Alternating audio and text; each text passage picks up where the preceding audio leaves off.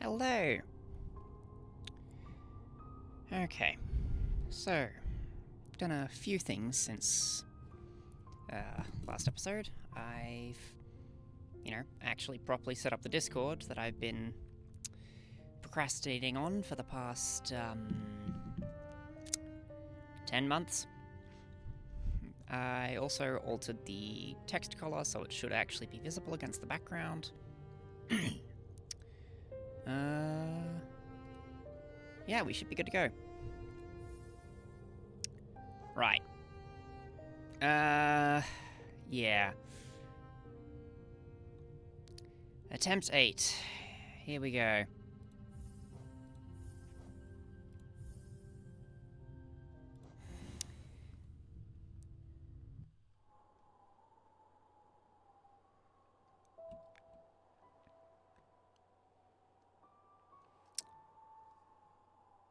Hello.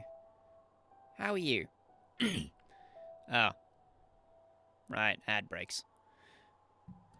Uh.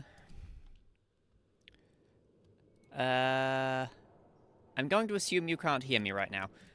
Uh.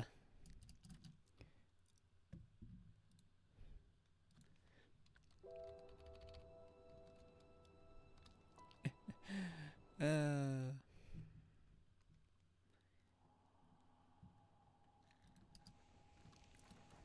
Hurrah.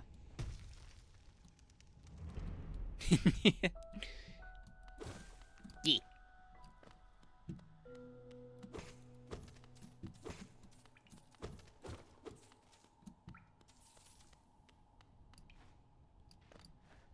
Boing.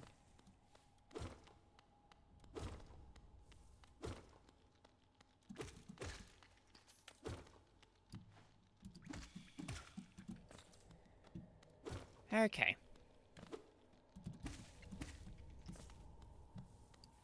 Okay. Cool, cool, cool.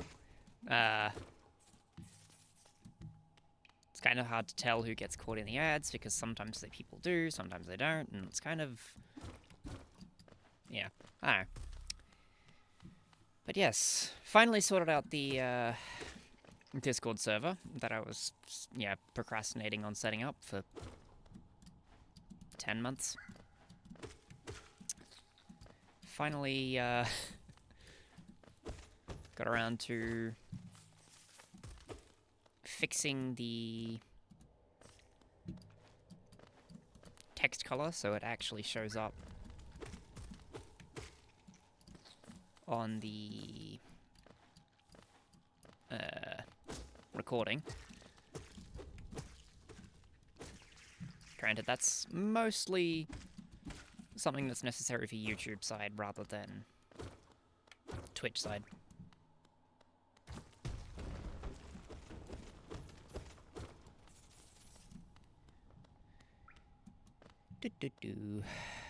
Attempt 8.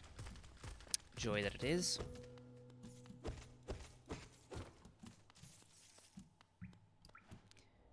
Anyway, so how are you doing, Turtle?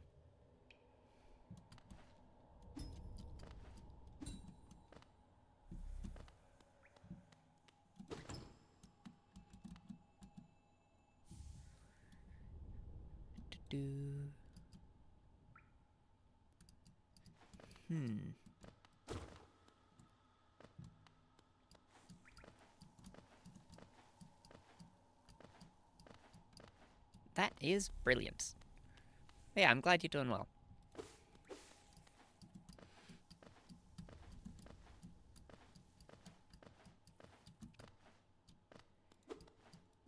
Yeah. My week has been mostly okay. There was one minor incident earlier in the week on Sunday night, actually. Yeah. And went to go pick up my one of my PlayStation controllers, and it bit me. Turns out, in the couple of days since I'd last picked it up, a bunch of ants had decided to use it as a nursery for their eggs. And so when I picked it up, I got swarmed. It was a bit of a pain to deal with.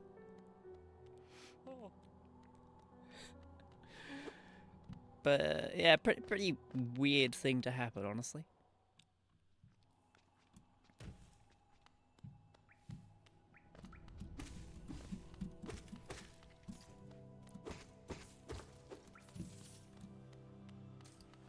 But yeah, I'm glad you're doing okay.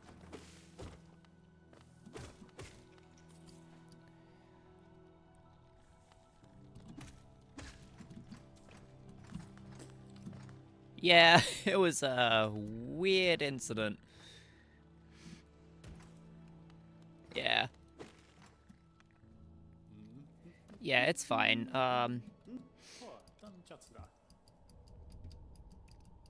The ants seem to have, Oh, hey, Hallucinogender. Nice.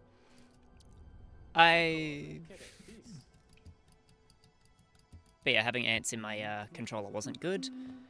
They do seem to have come back and cleaned out their eggs to take them elsewhere, so that's good. It isn't the first time I've tried to do Steel Soul. This is just the first time I've tried to do it live.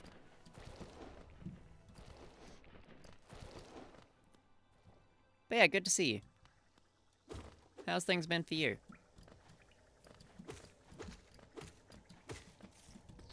Oop.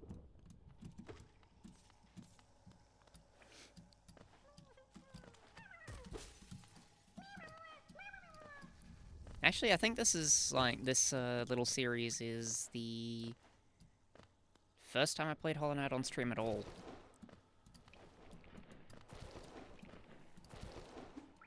Oop.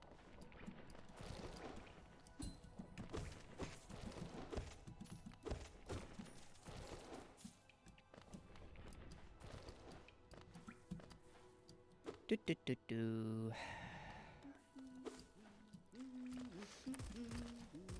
Yeah, last time what got me was one of the, like, Knights in the Soul Sanctum, whatever they're called.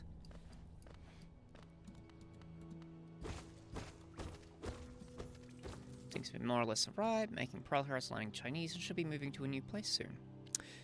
Yeah, cool. Hope things go well for you then.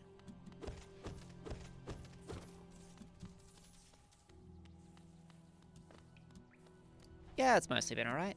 Yeah, well, good.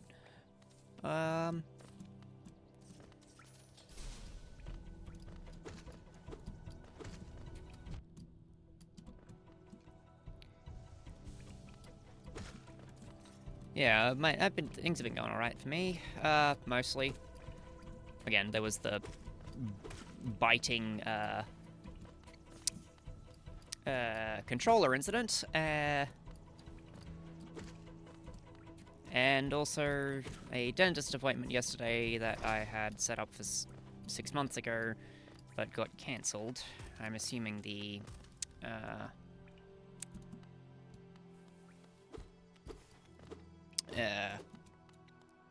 my doctor was sick, I'm assuming. Yeah. So Sunday, evening, go to pick up the controller, to play, and, it turns out in the couple of days since I'd last picked it up, a bunch of ants had moved in. Why they moved into a, like, controller, I have no clue. Yeah, cool.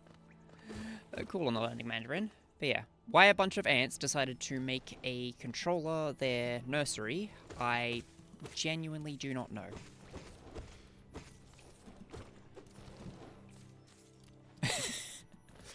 Yeah.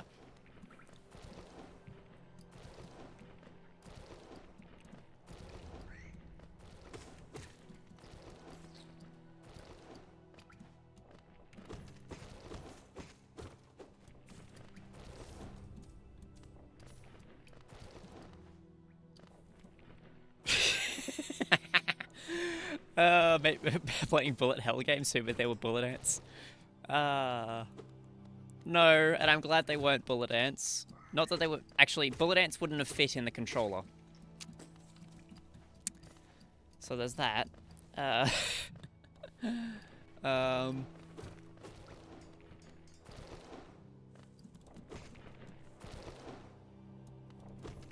Neither would have the local nasty giant ants either.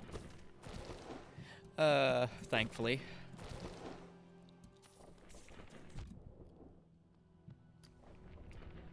Yeah. Yeah, bullet ants fit better into magazines.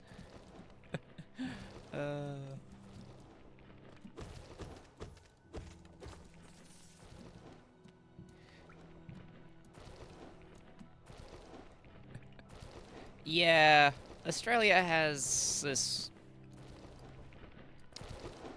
Not sure what they're specifically called. But they bite really, really hard. And they sting. Yeah, good old Australia. But yeah, not sure specifically what they are. Yeah, these little ones were like... The little ones that infested the controller were tiny. But there's a bunch of ant species around here that can get to around 2 centimeters long, nearly. Yeah, they're kind of nasty. Yes, they have.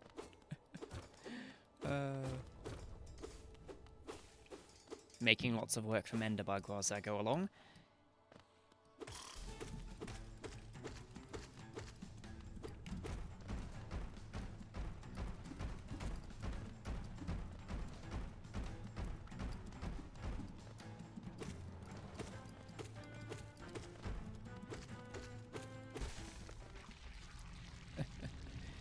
Yeah. Yes, thank you, Grosmother. It's English Florida. Well, at least where I am, anyway. Given I do know people who have, like, accidentally set themselves on fire. Yes, actually, that's a good that's actually a good answer, just yes. That and I know entirely too many people who know how to make war crimes. Like...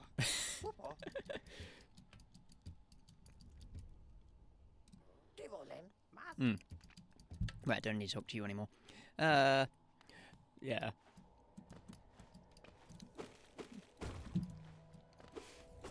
Yeah. Yeah, there's... Yeah, definitely both. But yeah, one of those Okay, developing into one of those sci-fi style hive minds, but instead of wanting to eat everything in the galaxy or something like that, I just want to play video games.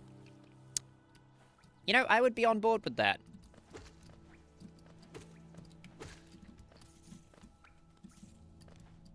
I would be on board with a sci-fi hive mind ants who just want to play video games.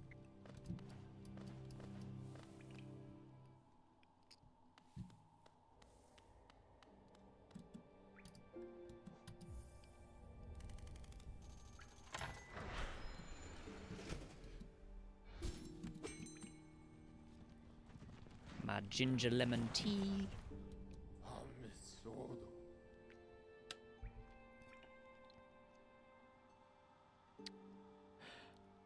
You're talking about explosions and fire.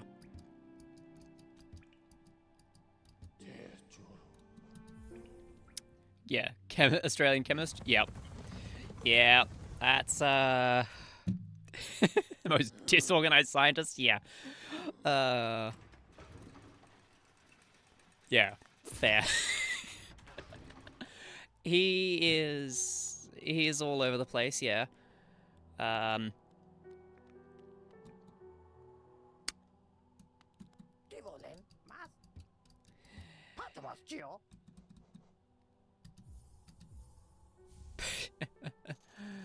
Oh dear. Yeah, he's a bit of a character.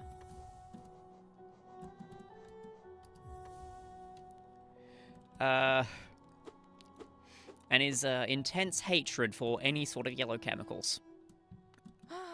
Bapanada. Granted, I can, whoops, shouldn't have bought the Gathering Swarm.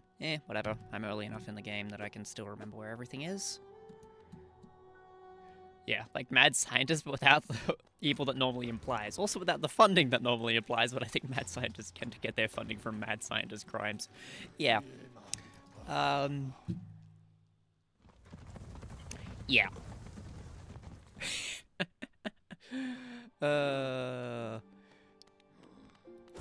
Just being a bundle of disorganized chaos is... Yeah. Just a whole mood.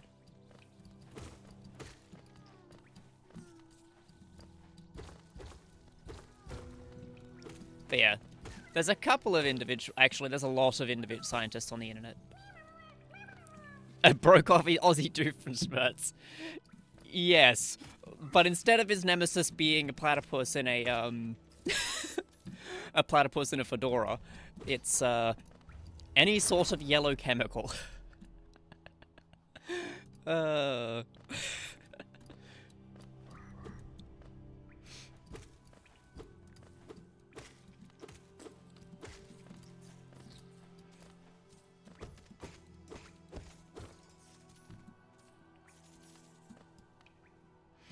Like, yeah.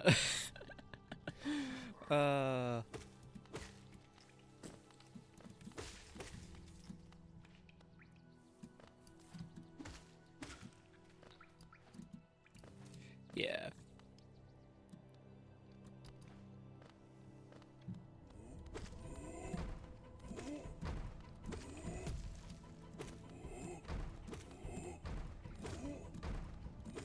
Yeah.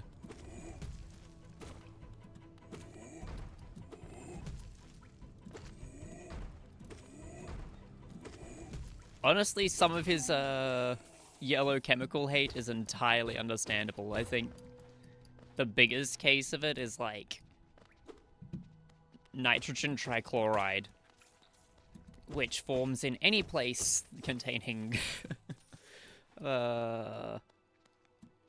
chlorine and nitrogen. So the most commonly found place it's, shows up in is, like, public swimming pools. And it's just gross. And, you know, horrifyingly toxic. And explosive.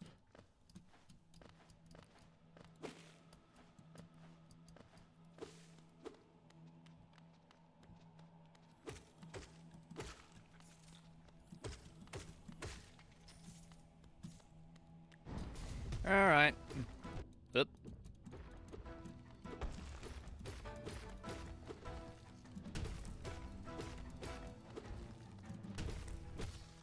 To be honest, I'm probably not being as careful as I should be, but you know, it's false night. Yeah, trichloroaramine, yep. Gross stuff. Oop.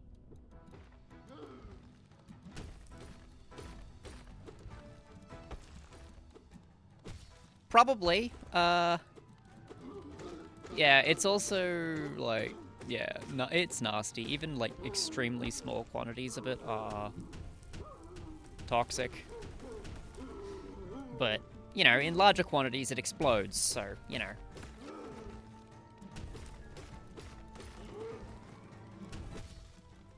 But yeah, the pool smell is more from the pool being dirty than the chlorine itself. Yeah.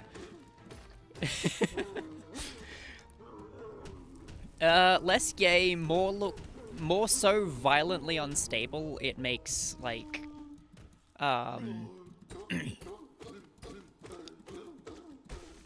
it kind of just makes bloody nitroglycerin look like the epitome of stability.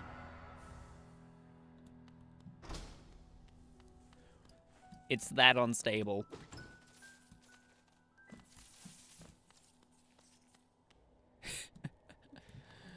I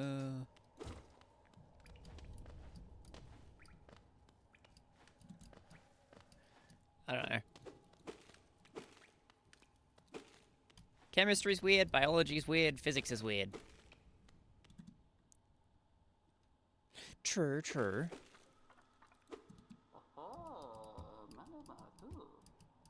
I mean, my dad did teach me how to make better napalm.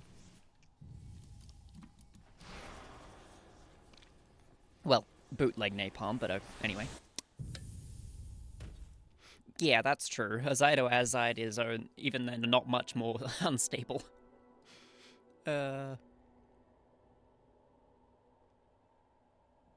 Yes. There's a lot of things that just explode if you look at them funny.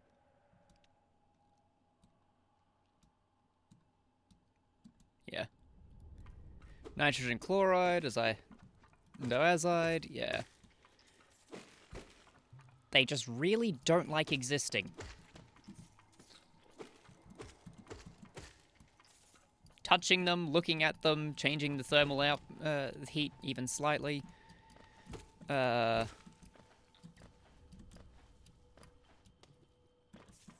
Breathing in their vicinity. Doing absolutely nothing.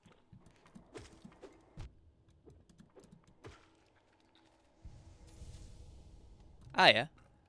Chinese elegant system for chemical names, huh? Cool.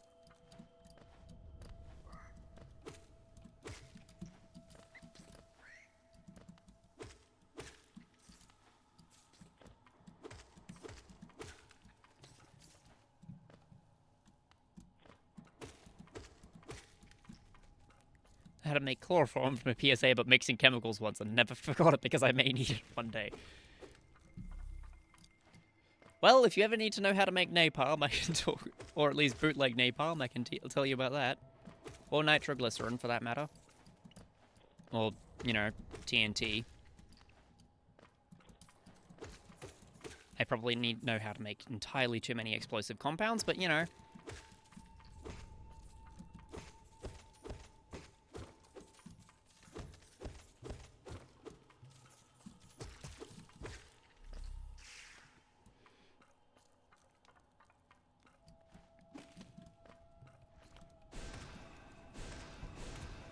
Yeah.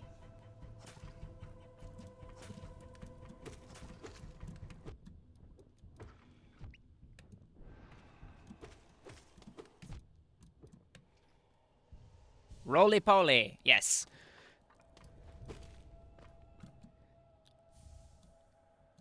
Here's a fun fact about actual real-world roly-polies, or pillbugs, or whatever you want to call them. They're actually crustaceans. They have gills. Every element is a unique monosyllabic word. The exceptions are the few elements known in antiquity, which had their own names already, and written character for each element is a compound of two subcharacters, where the first tells you its state of matter at standard temperature and pressure.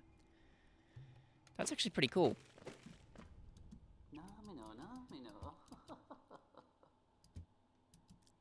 Yeah.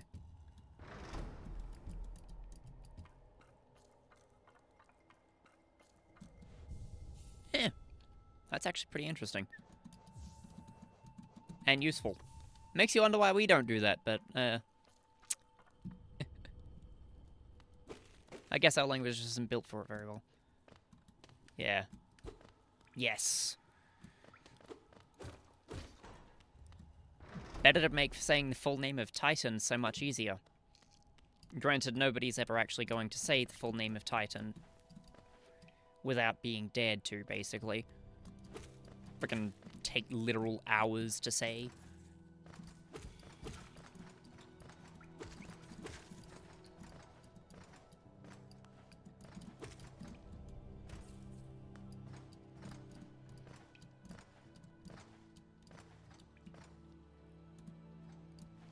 Yeah, English is 3 languages wearing a trench coat, pretending to be their older sibling, and mugging other languages for random words.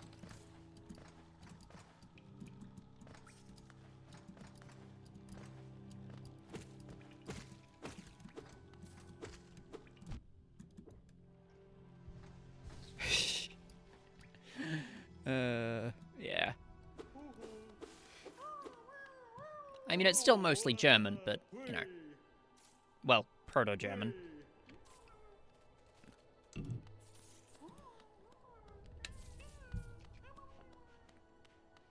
Well, a lot of it's Proto-German anyway.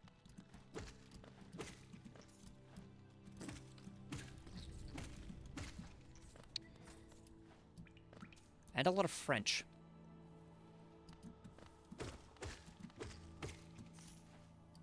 Zero sense. Like, why do we have fingertips but not toe tips? And where you can tip toe but not tip finger? Yes. Again, because it is a bastard language. But yeah, it's the result. Like, it seems to be just the result of England being invaded so often.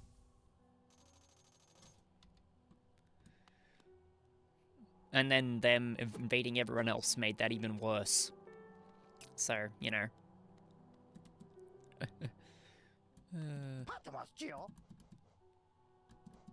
I'll take the egg, thank you.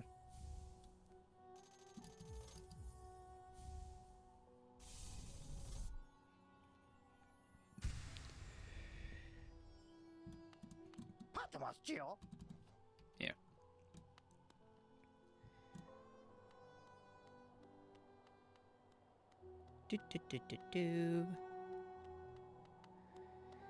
Anyways, down to Greenpath. Whack. I must make more work for Mendabug. Yeah, okay, got the right thing.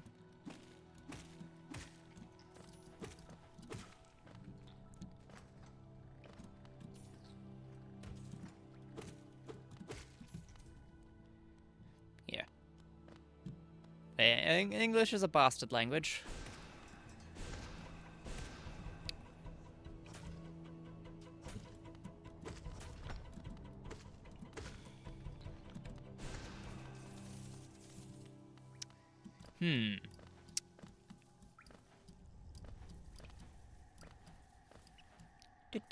Do.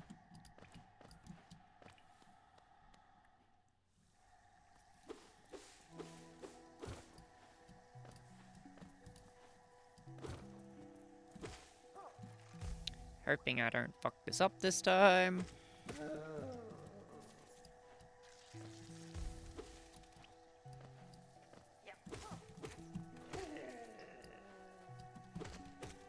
Whoop.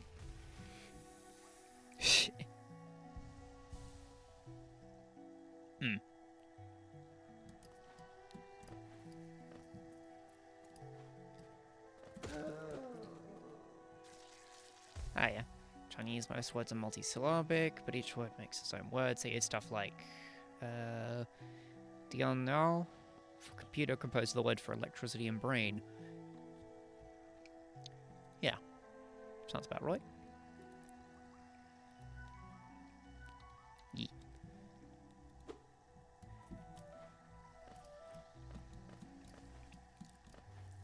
Yeah.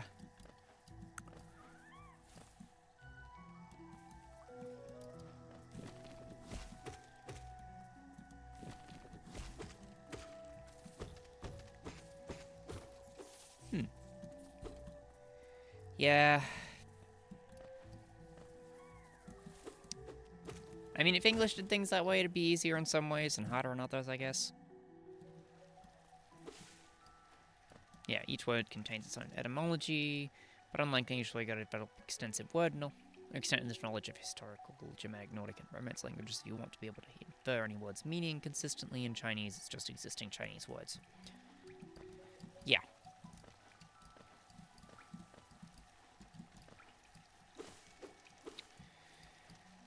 Comprehending English is a bit of a pain, isn't it?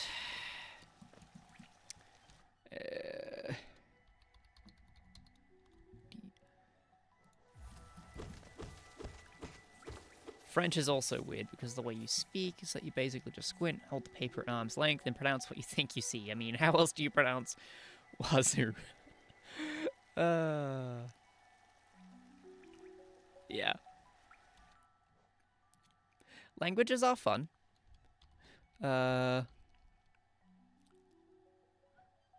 Languages are fun.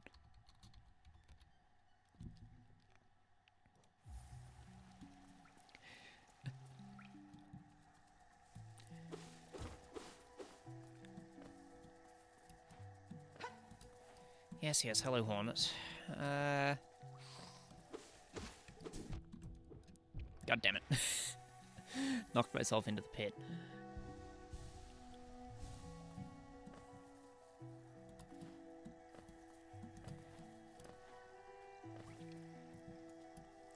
God. Walked right into the pit.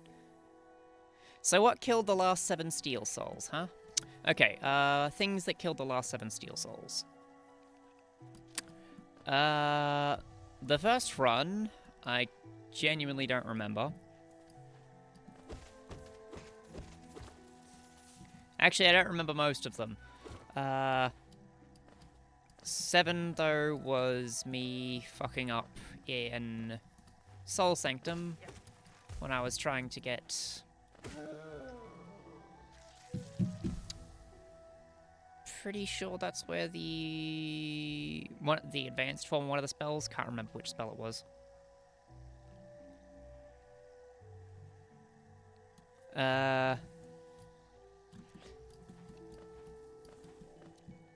Oh, right, advertising. I need to actually pay more attention to what the buttons are things are saying. I genuinely don't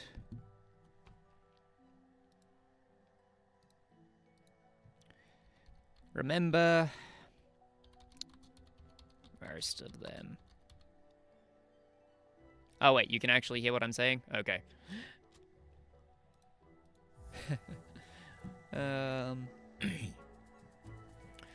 But yeah, like I'd beaten Soulmaster. I just managed to fuck up against one of the Soul Knights or whatever they're called. And, yeah,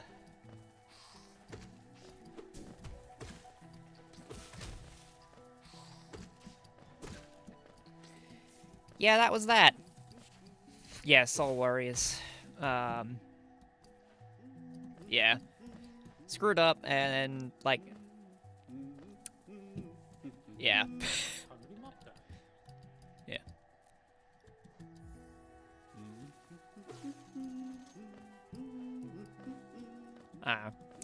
But yeah, Soul Sanctum was, end of run 7. Yeah. I can't remember which spell's there. I just know that they all hit a hell of a lot harder, and I need anything to hit harder.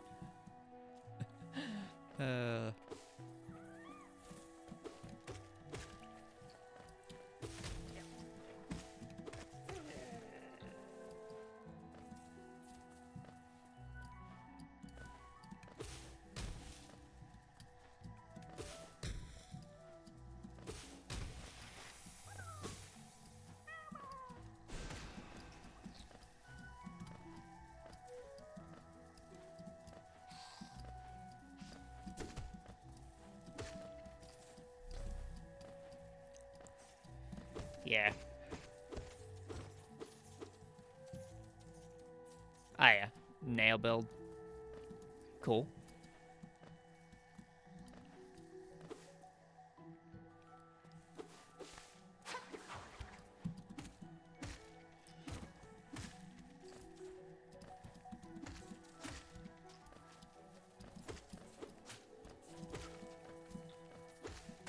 Money. So that I can afford all sorts of stuff. Yes. Maximized nail builds do hit pretty damn hard.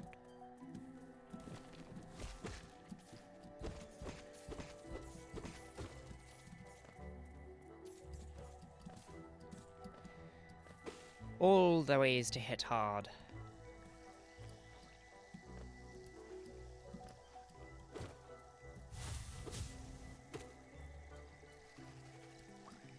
Hello, Mossy. You absolute nightmare that you are.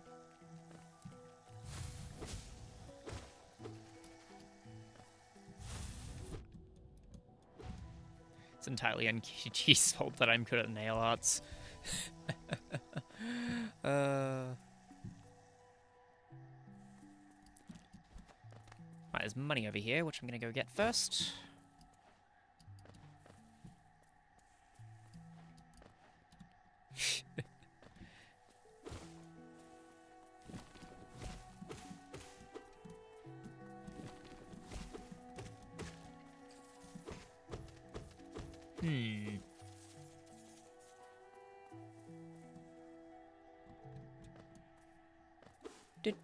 Do.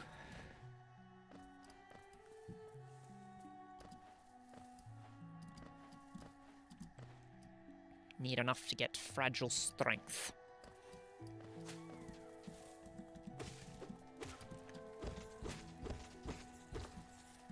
Because anything that makes you hit harder in a Steel Soul is good in my book. And I need to pay more attention to where things are. Okay.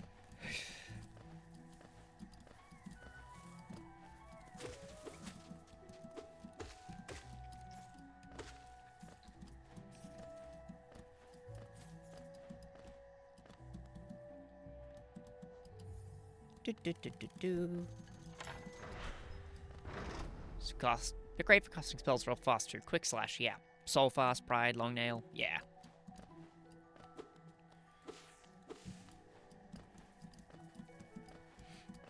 The ability to smack a bitch from long range and get some more out of it is very useful.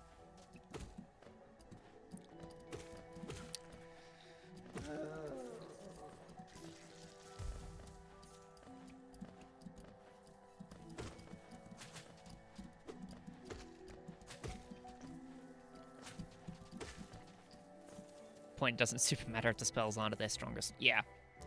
True. If you are being able to fire up the spells quickly enough, yeah, it doesn't really matter.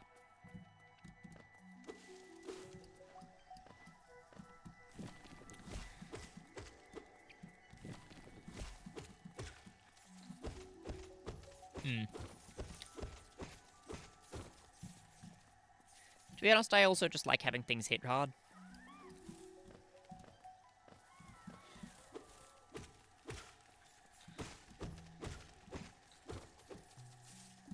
That and my completionist brain is probably going to try and get me to do this at 100%.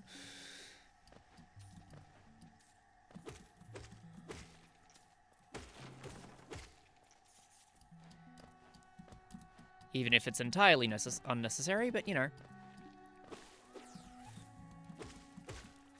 I do still want to get that, I want to get that, achievement one day.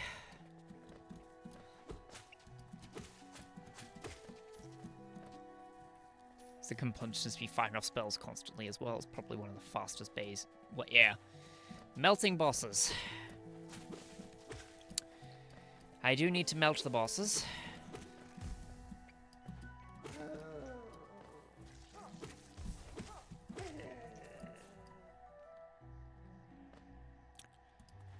Right.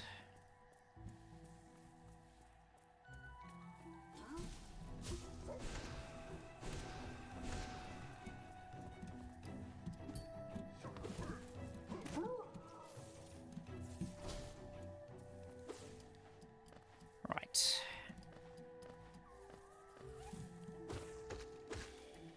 But yeah, I tend to go, one of the earliest, like, charms that I actually start to try and gun for is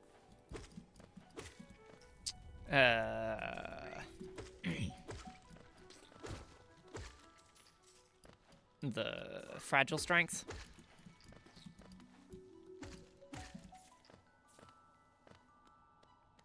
That actually would be funny.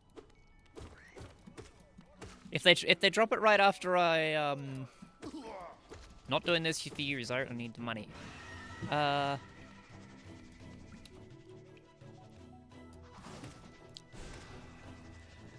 yeah, if they do, I'm going to be very amused.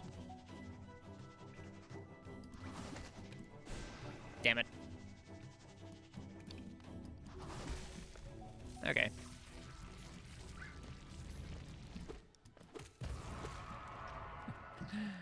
Yes, strength is amazing. In, like, base game, it's such a pain to get it to,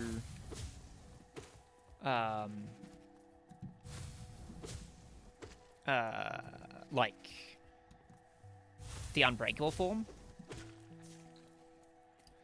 But since it's just in Steel Soul, it doesn't matter if you die. Well, it doesn't matter if it breaks because you're already dead.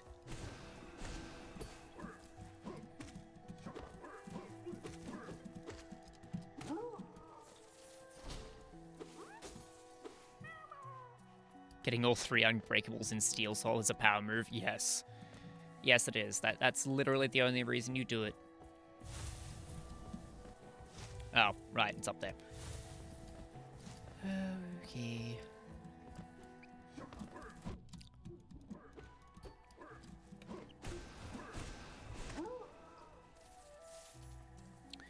Yeah, literally, it is the power move.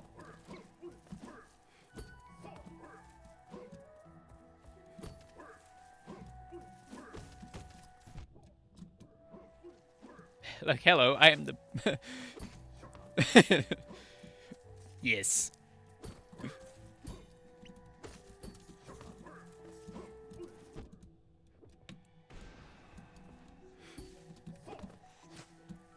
If I get myself killed to one of these bastards again, I'm going to be pissed.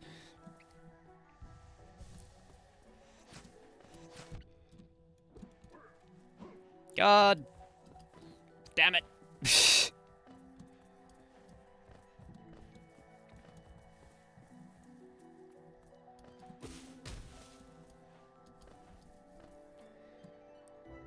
Elon Husk.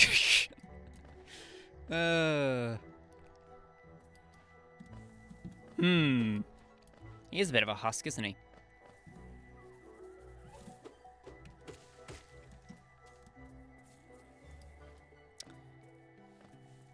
Oh, goody. Chair.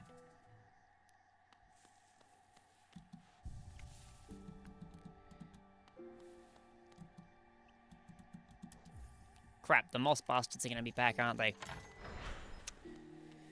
Okay.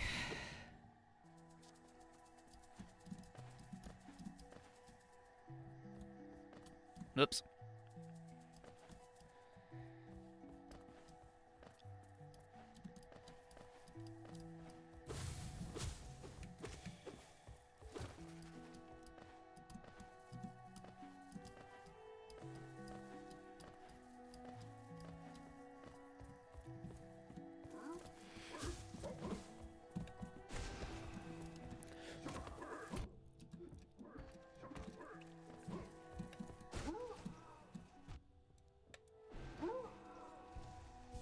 Okay.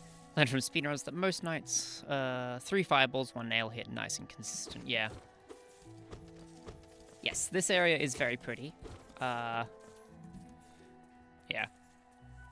Like, I do know the consistent way to do it, but I'm also awful.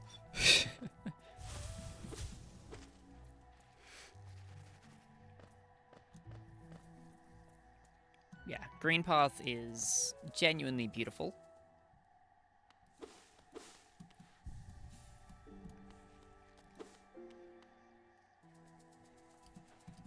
Yeah.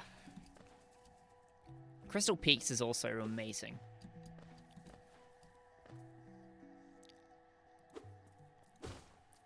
Right, time to go smack Hornet with a stick.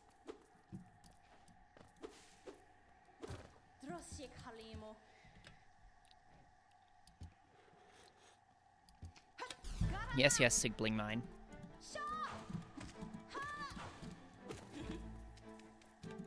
Damn it.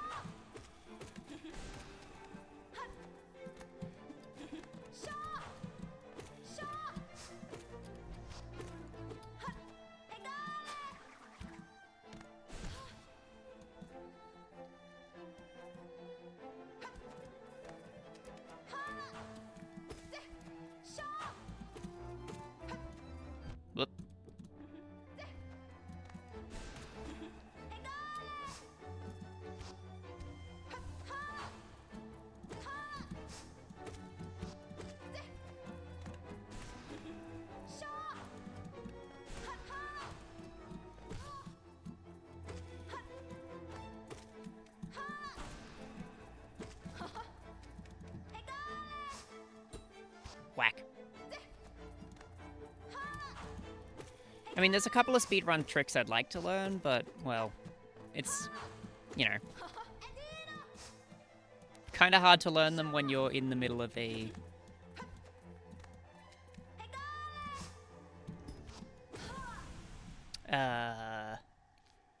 when you're in the middle of a Steel Soul run.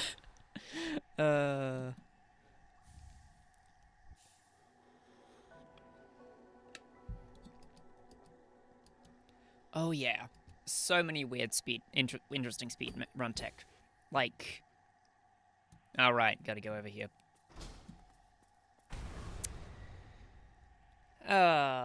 What's a good one? Explosion Pogo. Down in,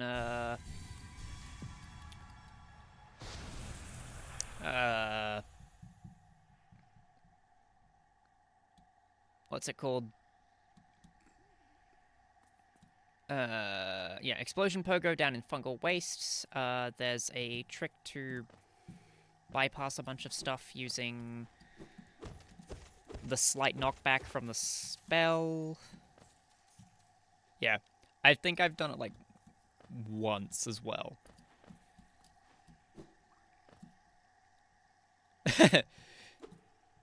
Who's the other person you're fighting and why do they hate you? That was Hornet. Technically your sister. Difference is she isn't a unholy crime against nature.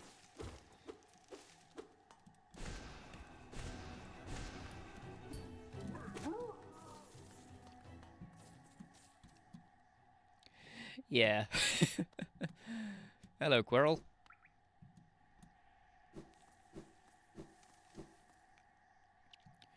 Yeah. She doesn't really hate you, she just takes her job of defending the place really, really seriously. And doesn't think much of you besides that. Yeah. So why is she fighting you is complex and a significant plot point that shows up late. Yeah. Lots of, there is a lot of plot. Like a lot of stuff.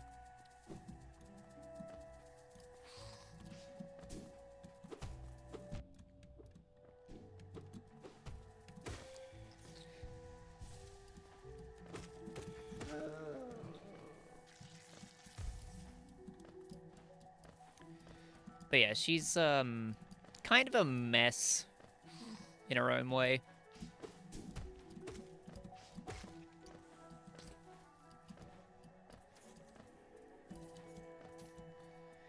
Yeah.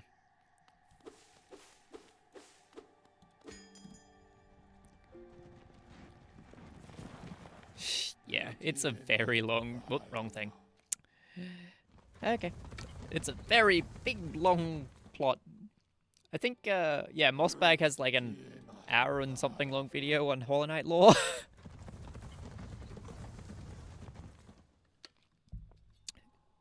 Yeah, she does have issues. Her father's dead, her mother's locked in eternal sleep. The only sibling she really knew is locked in a hole. Yeah.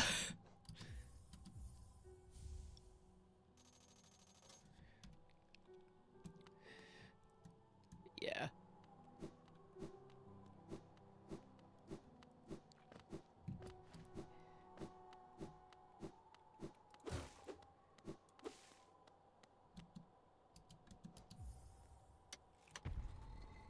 Yeah, including the main entire thing. Yeah. This whole game is like... like, the story is so incredibly dark.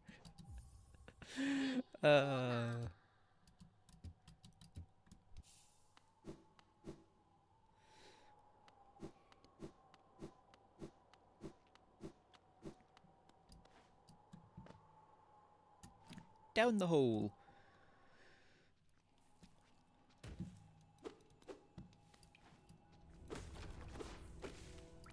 They actually, like, put an actual fair amount of effort into the lore of this game, and it's great. Oop.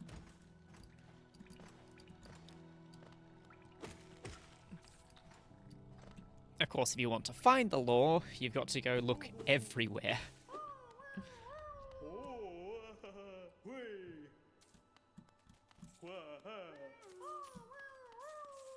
Hurrah! Lots of money. Yeah. The lore is, like, incredibly depressing.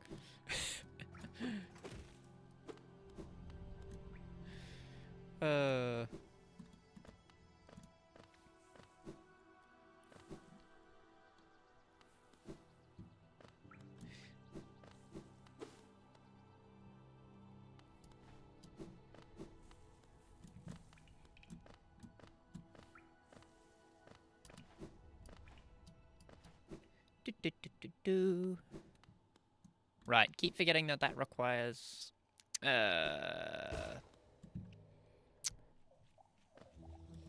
spell that I can never remember the name for the base version of it.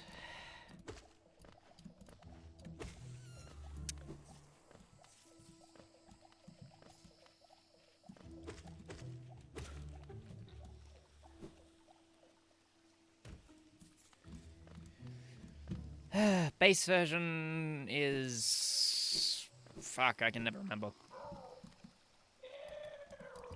Yeah.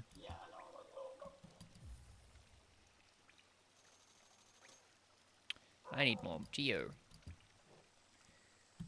Fragile heart, fragile greed. I need fragile strength. Okay.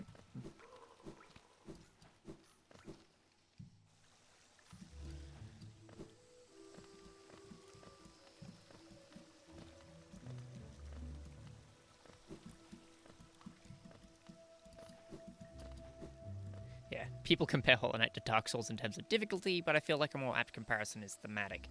You're a lost soul traveling around a dead kingdom which was destroyed by a mysterious force. Almost everybody is dead, reanimated by this mysterious force, but locked into simple habits and limited to instinctive aggression in the absence of higher thought.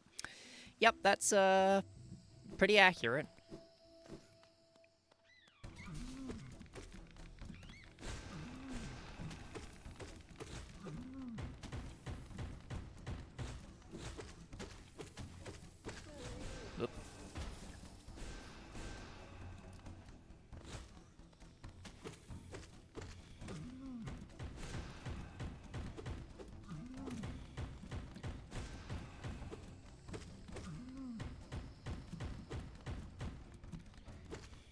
Yeah, that's honestly a very accurate description of it. Charm notch. Yeah.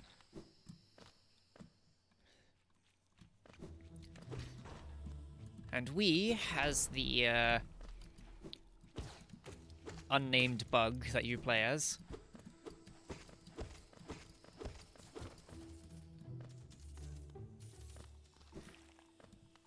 have never had, are now stuck dealing with this mess.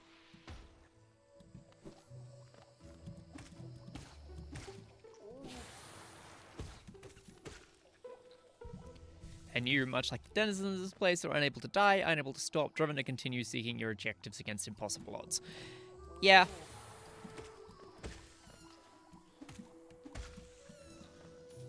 Yep.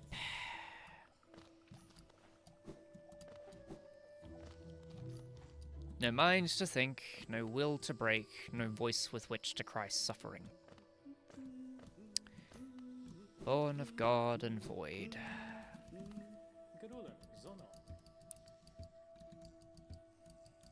Always wonderfully disturbing.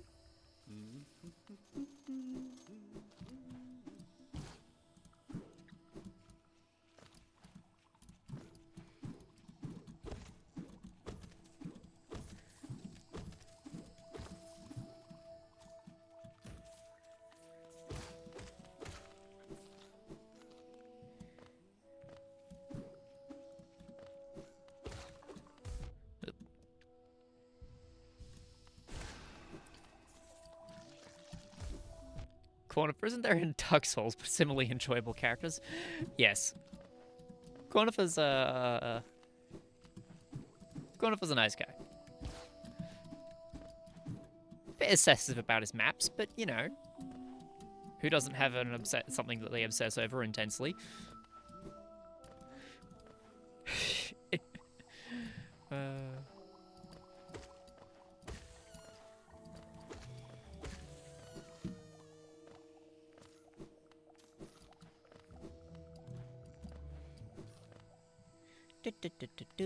Whoop. Actually, you know what would help if I actually went and opened the goddamn station?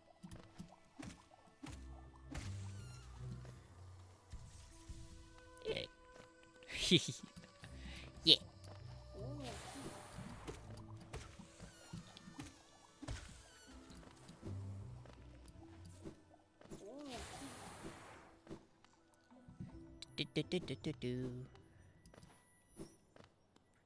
Hello, Quirrell.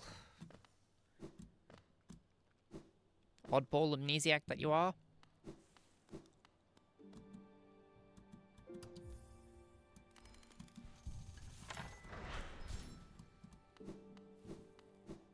Greek capital Sigma is perfect for cat ears. Yes. Yes, it is.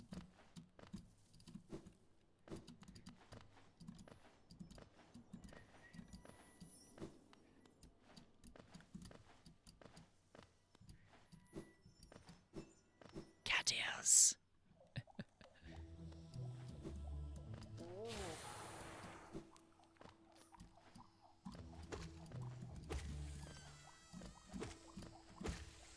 Going to be a symbol layer time for me. Going on symbol layer the next time my ADHD lets me work on my custom keyboard layout. Yep, fair.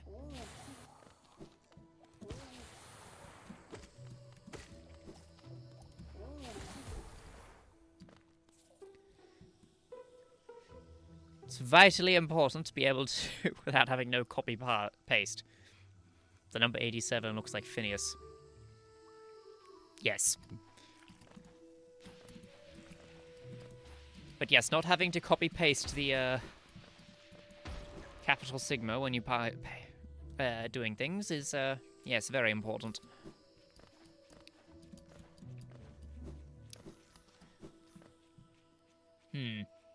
Up.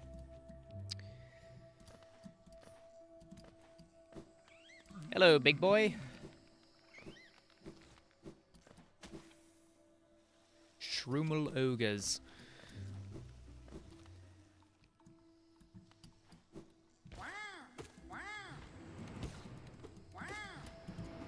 Yep. Well, that was anticlimactic.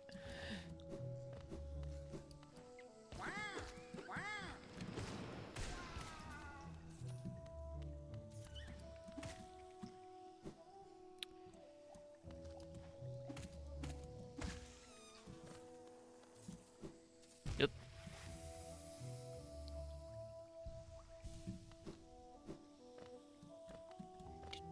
Do.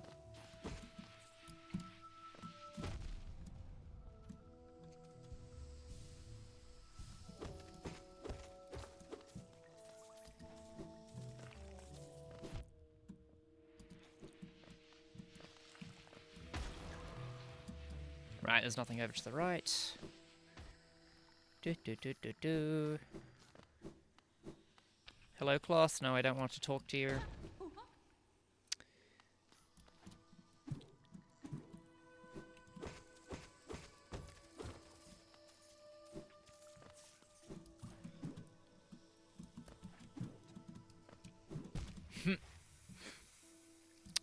If I die here because I'm fucking it up again,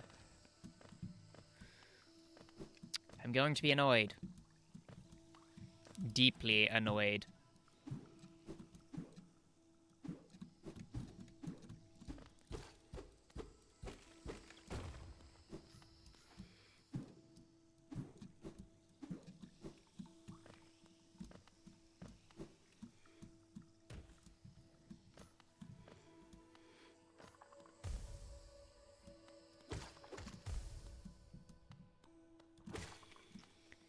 Do do do do do. Hmm.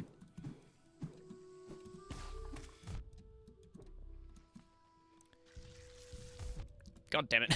I need to remember that those things explode after you kill them.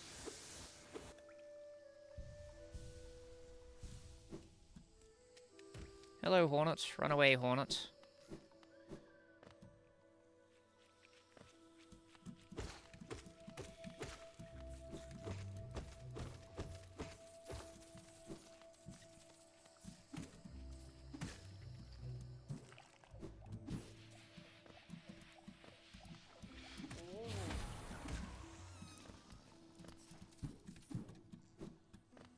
Do do do do do.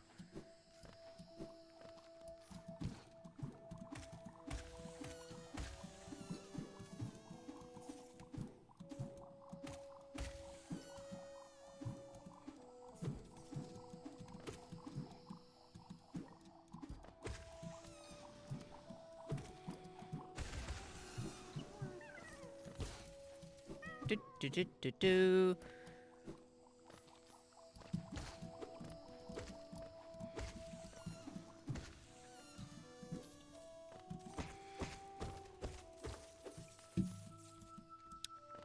Right.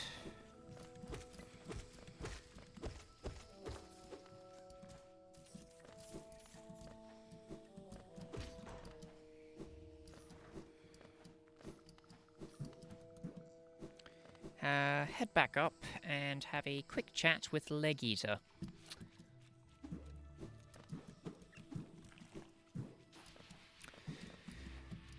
About a fragile charm.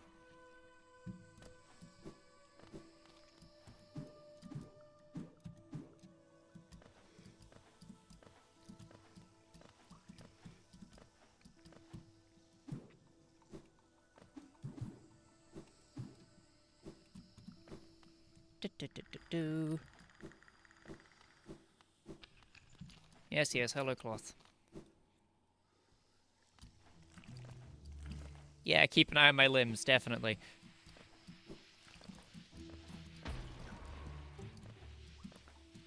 I mean, to be honest, I'm not sure Leg Eater would particularly enjoy eating my limbs, given, I'm fairly certain they're made of, shadowy void goop, but, you know. And I'm pretty sure that stuff is really not very good for your soul. Or your body. Or anything else, and Leg Eater doesn't look particularly healthy.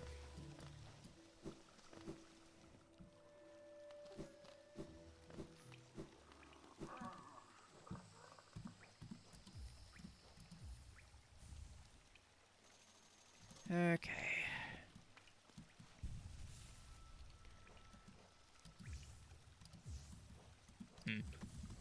Leave that one on.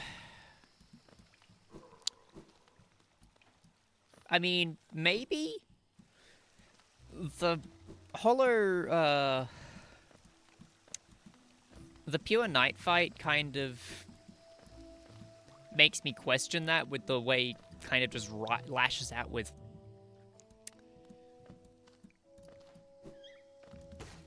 writhing nope. Yeah.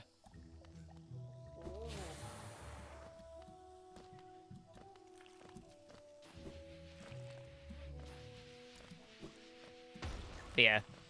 But yeah, even if it is chitin, I'm not sure it's something that's entirely healthy for anything that isn't, you know, void spawn.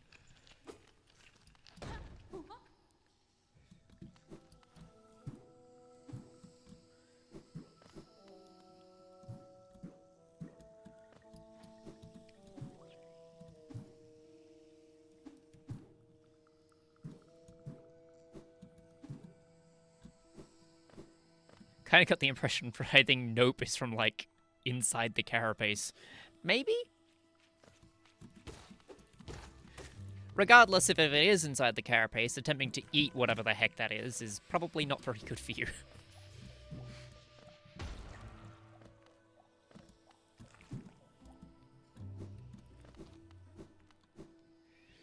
Yeah.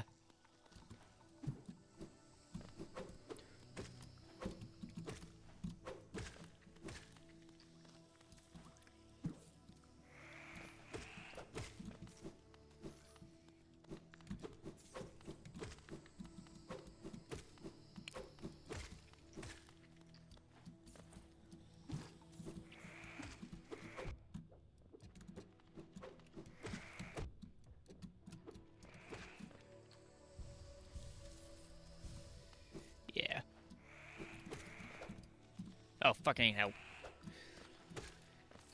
Okay. Yeah. Yeah, regardless, I'm not entirely sure eating the inside of a vessel's parts of a vessel is particularly good for one's health.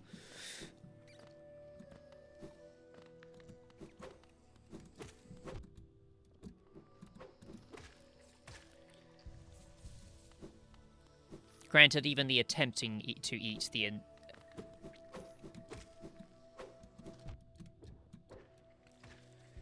T-shirt that says "I eat void tendrils for breakfast," and all I got with these lousy nightmares.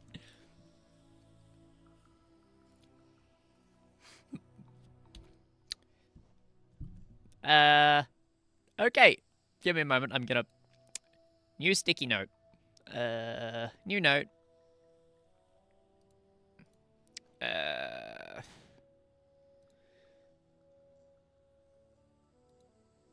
Let's just copy that, shall we?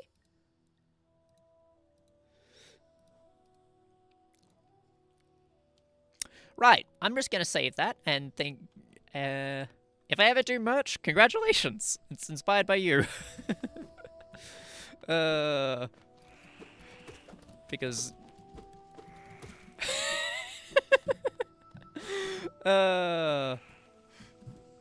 Oop.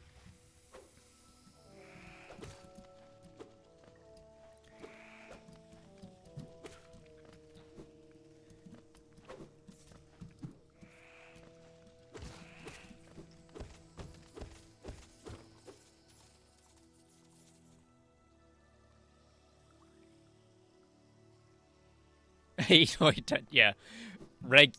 Eat implies you do it regularly.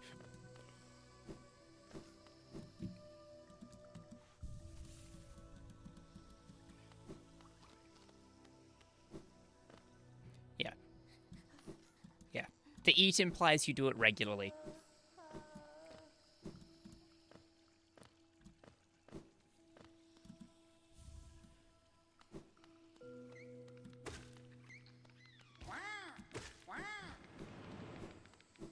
I mean, the dreadful whispers make it sound so enticing. How could I not? Yes. Will this give me screaming nightmares? Probably. Will I eat it anyway? Absolutely.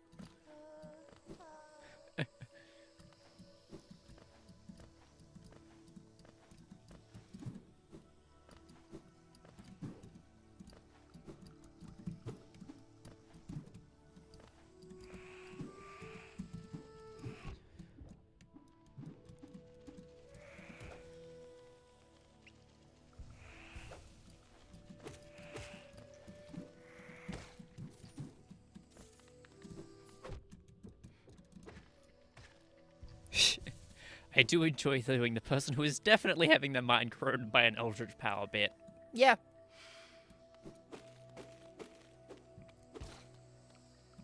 Must consume.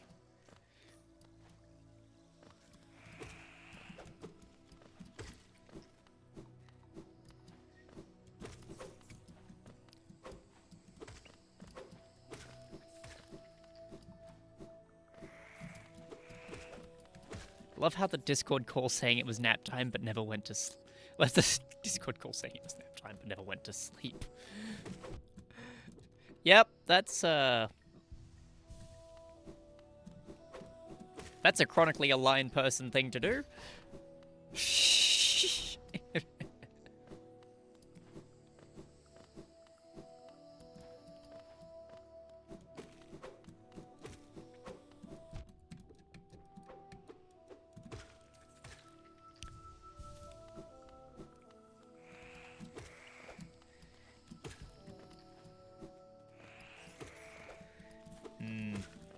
D&D.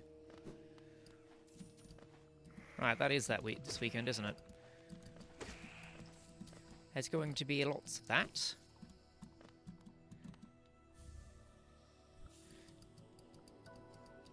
Ah yes, the bit of speedrun tech called luring the mantis over here so it knocks you out of the cutscene.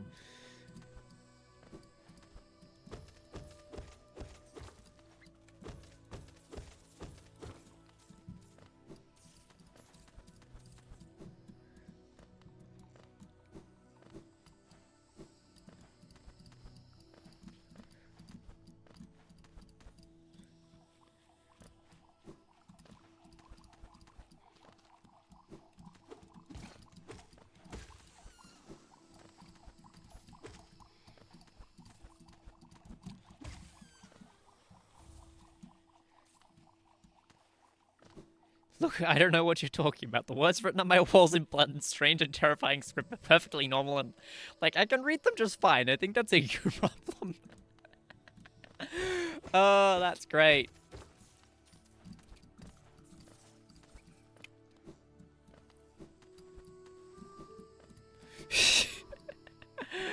Yes. Yeah, I like that one. It's definitely a them problem. Don't worry, there's definitely nothing wrong with the horrible screaming in the walls.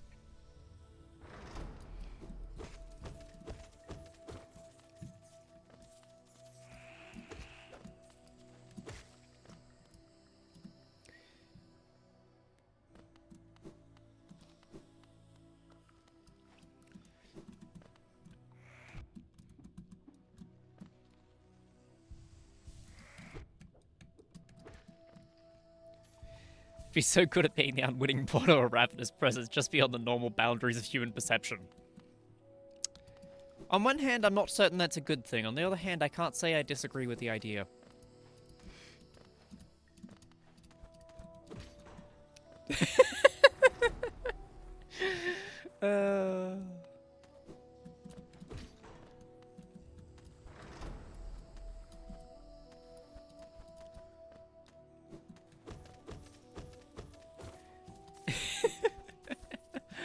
Oh dear.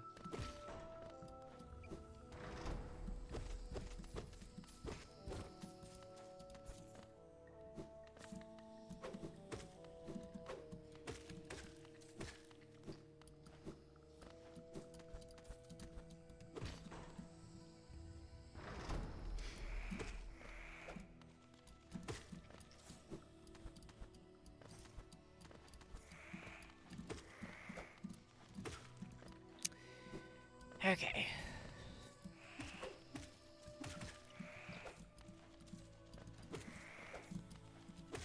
Yeah.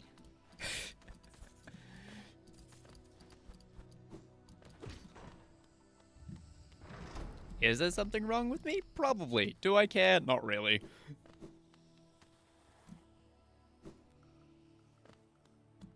Right.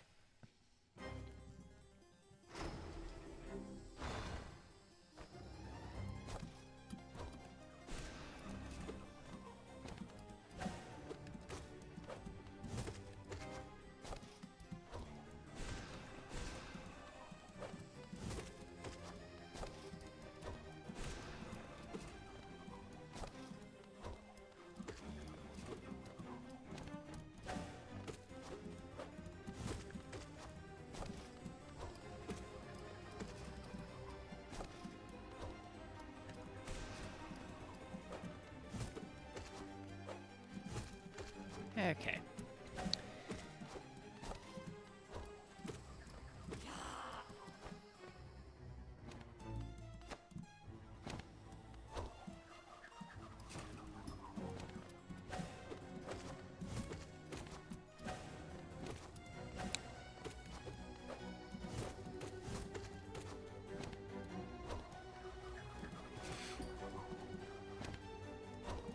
Okay.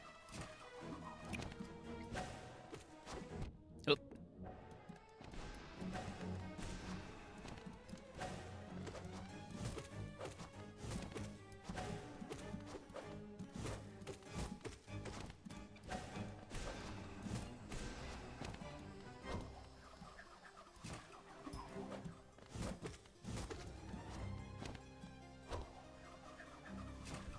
God damn it, slightly missed the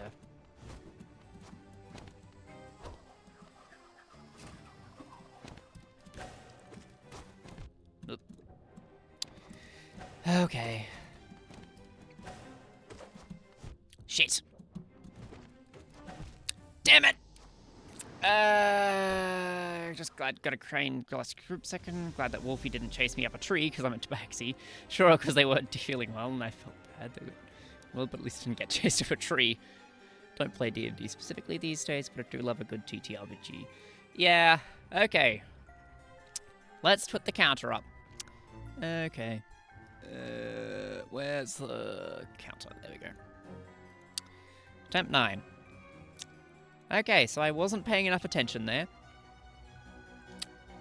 And I know it's definitely because I wasn't not paying enough attention, because I have beaten them on Radiant before. Okay, attempt 9. But yes, D&D. My most recent D&D character is a little bastard bomb-mixing Dr. Frankenstein type the character.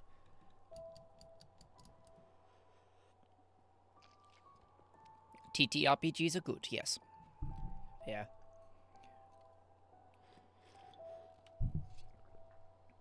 Yes. Yippee!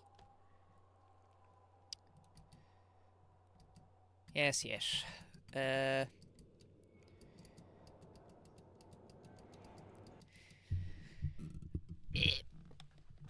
Give my spine a stretch.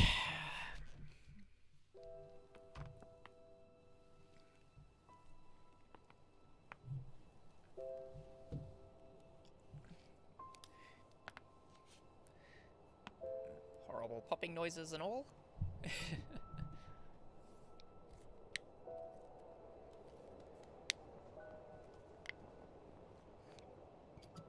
Yes.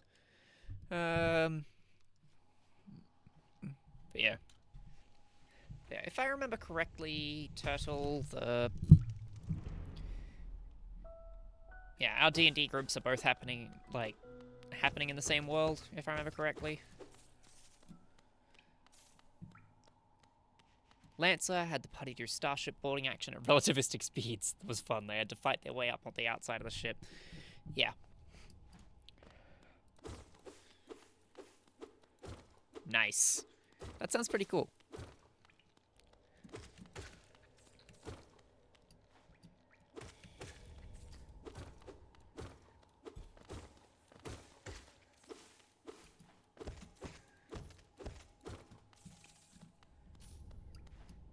Yeah.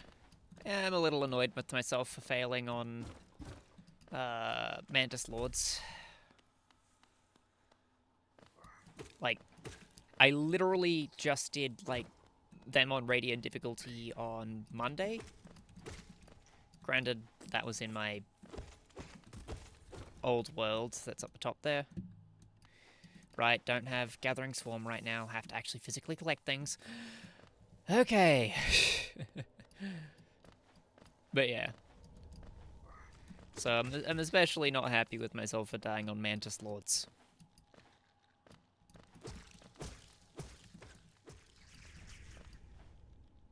Don't get to play around much with relativistic starship motion when working on the rules of my own TTRPG on account of it being a thing in my settings. So it was fun to have an excuse to play around with the concept. Yeah. I mean, fair enough. Damn it. It's an interesting concept, so why wouldn't you want to play around with it?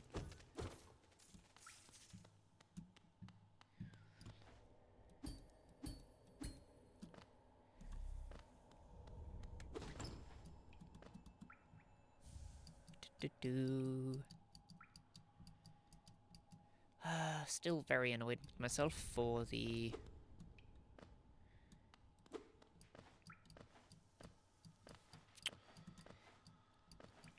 losing to Mantis Lords.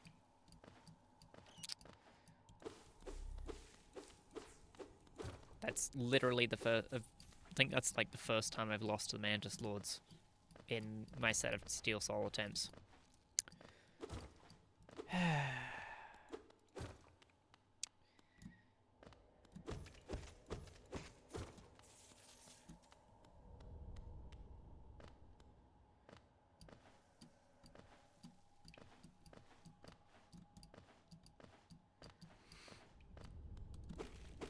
Yeah, until you get confident. I wasn't paying enough attention. I lost... Yep.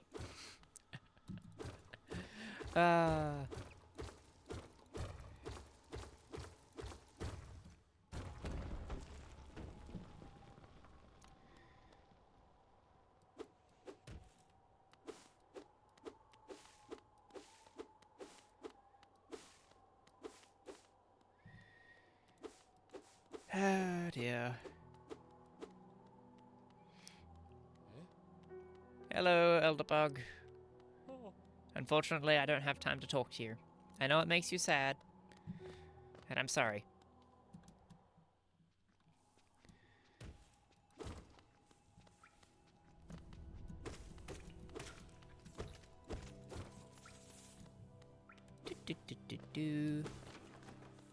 I must give the Menderbugs more work. God damn it.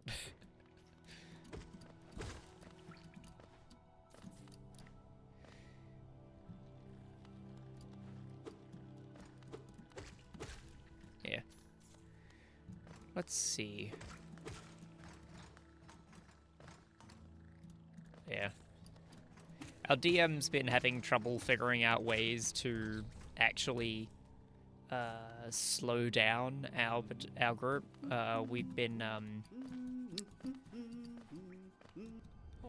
he's basically just resigned himself to throwing lots of very large enemies at us to be able to get us to stop or to slow us down at all, because some of us have massive single target damage and some of us have massive AoE damage.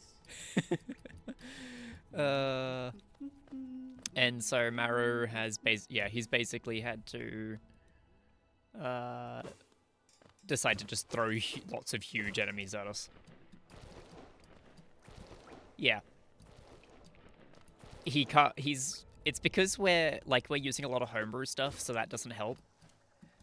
But what extra doesn't help is that we as a group put in a lot of work into our characters, and we're all the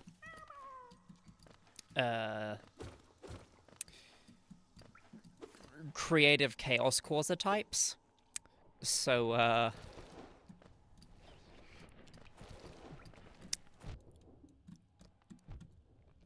yeah, extremely difficult. Yeah, there are plenty of things wrong with D&D's balance. But if it works and you're having fun, that's honestly... If it works well enough and you're still having fun, then yeah.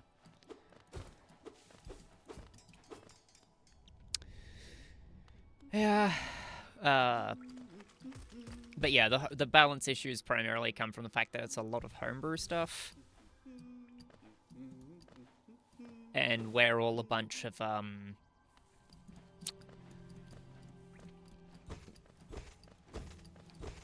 tactically minded chaos gremlins.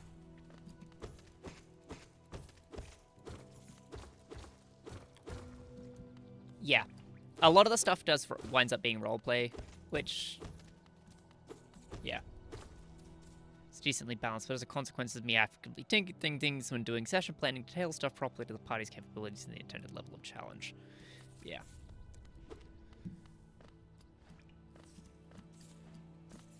But yeah, the biggest issue with our particular group is that we do have a lot of hard hitters.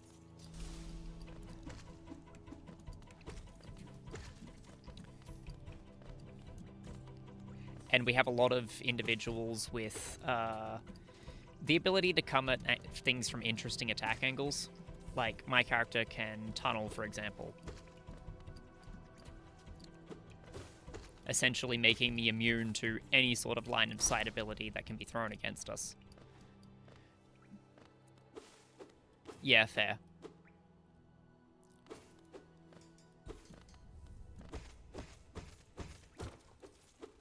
Yes.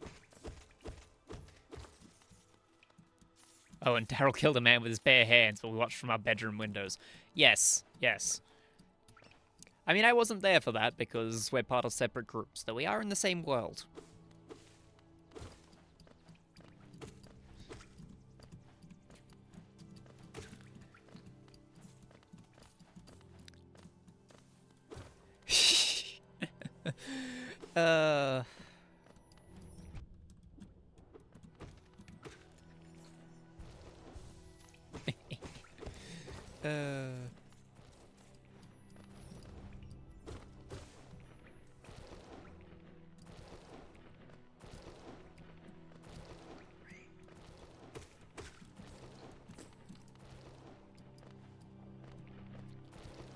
Yeah.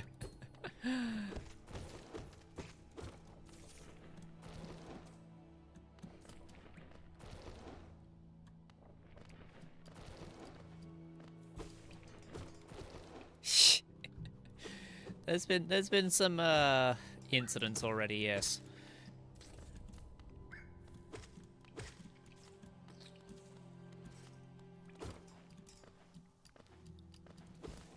Yeah. A couple of our characters may have gotten possessed by an Eldritch Horror for a bit.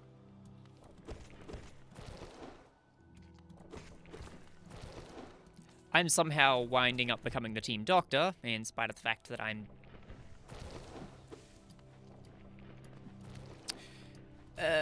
something akin to a Frankenstein, like a Dr. Frankenstein type character, but with the organ stealing and stitching on to things.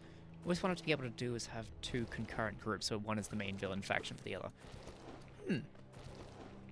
That would be interesting. Doesn't work in D&D on account of the players aren't really designed to fight other players. Yeah, there are issues with that with players because, like you can do it, but a lot of it comes down to just who goes first, unfortunately, with those kinds of things.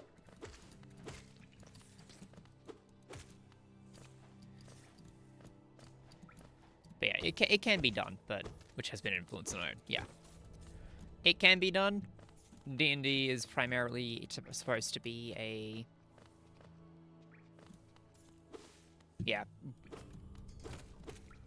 players fighting whatever the dungeon master sticks on them, not other players.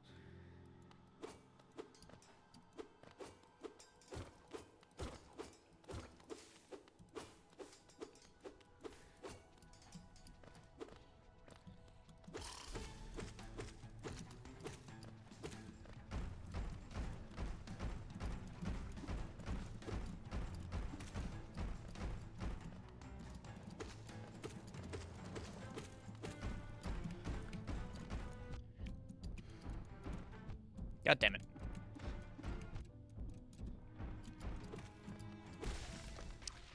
Yeah.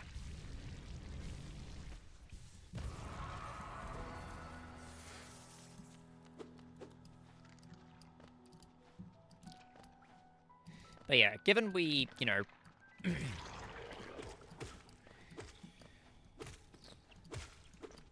managed to kill, like, a demon, like an actual named demon, in a single turn cycle without even finishing said turn cycle. Yeah, it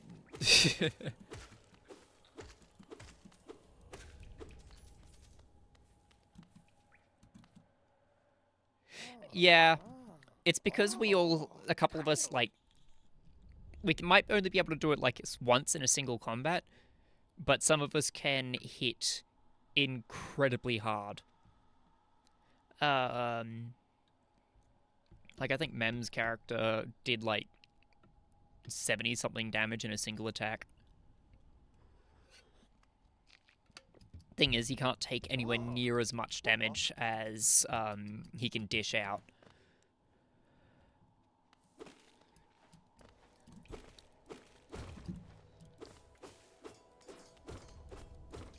Yeah. Yeah, that's why Maru is thinking of having multiple big enemies fight us, or putting damage caps on the bosses so that we can't do above a certain amount of damage to them in a single turn.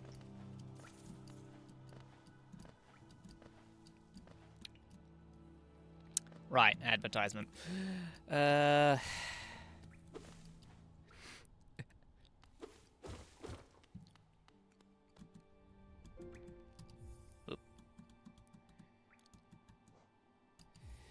Like, being a class cannon doesn't make much difference.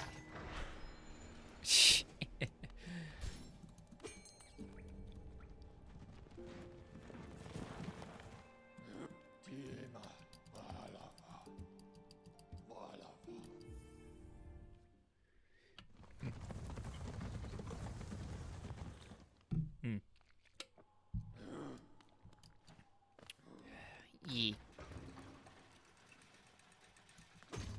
Yes. Yeah.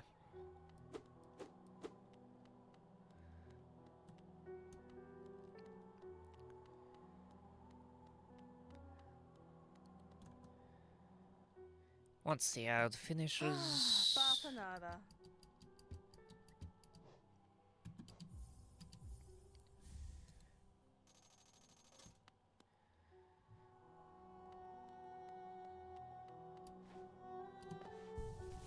Yes.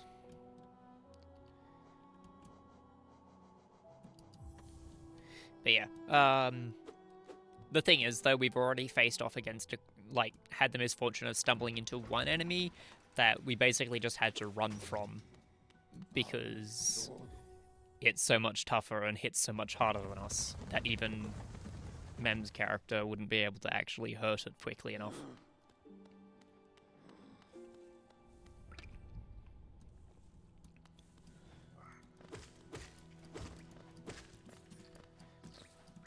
Also, yeah, somehow the fact that I've managed to wind up being sort of the team doctor, in spite of, again, Frankenstein-esque behaviors.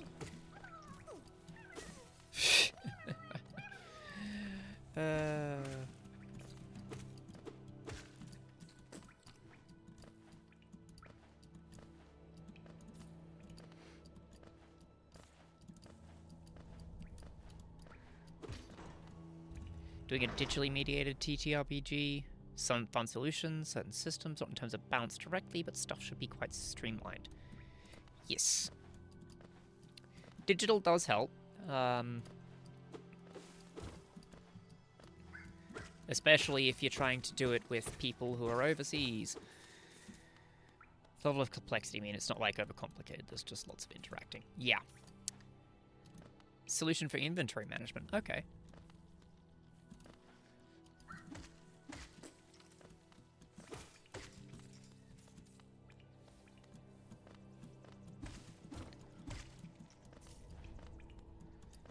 Hey, this thing you have, here's a transparent PNG. If you can Tetris it into the cargo hold, you're allowed to store it. That's pretty good.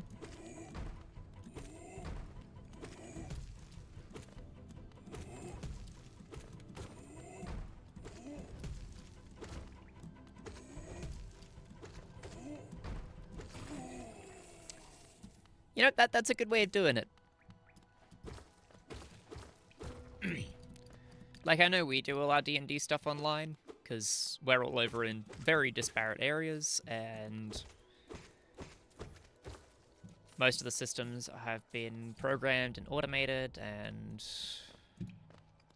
yeah, Mara regularly does stuff with that, so it helps. But yeah, having things in a digital format does very much help, especially with trying to get people together. Because,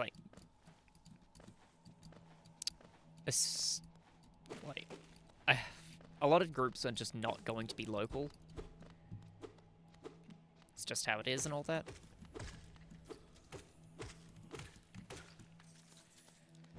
Okay, false night.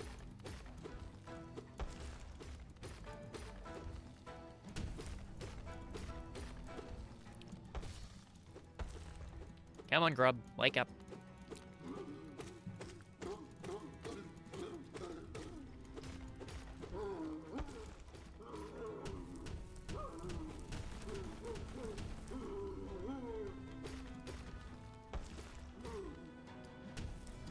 Whoop, shit.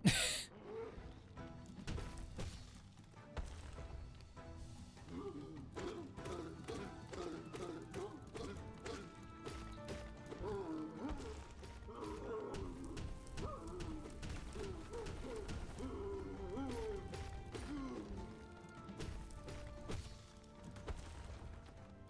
Duk, duk, duk, duk.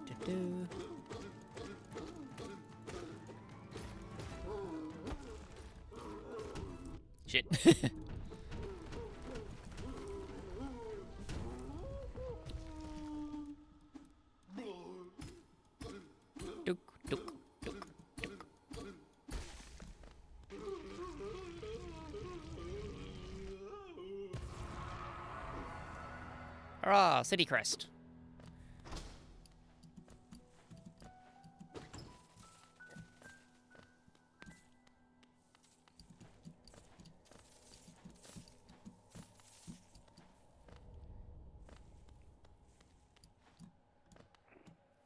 And my favorite bug in the entire game.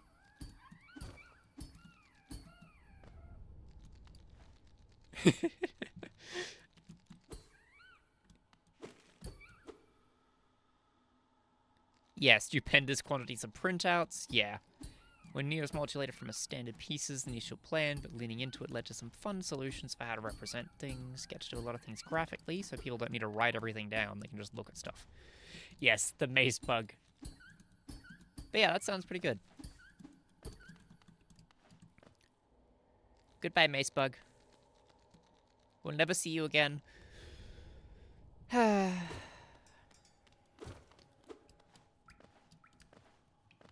mace bug is the most tiny and adorable. But yeah, and I do like the if you can fit this transparent PNG into the space by Tetrising it. Yeah.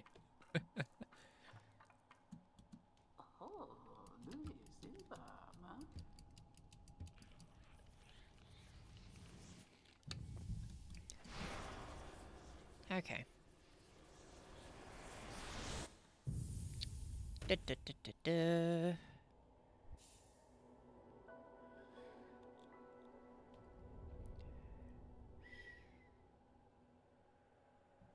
Okay. Back to being the vengeful spirit and dealing with all the roly-polies. I still pixel art style too. Ah yeah, Tetris comparison is fitting, yeah.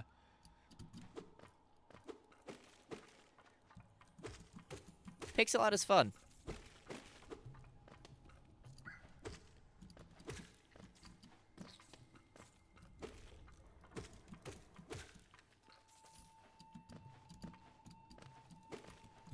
Speaking of pixel art, I do need to get around to actually finishing the Watcher campaign.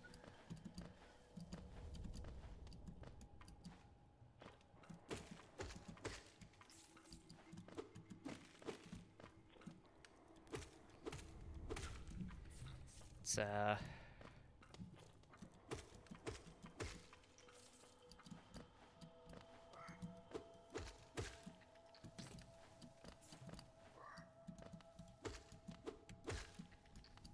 shit.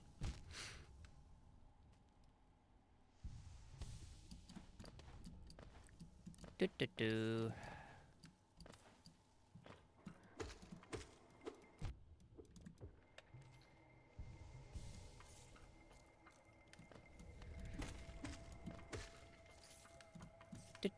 Do.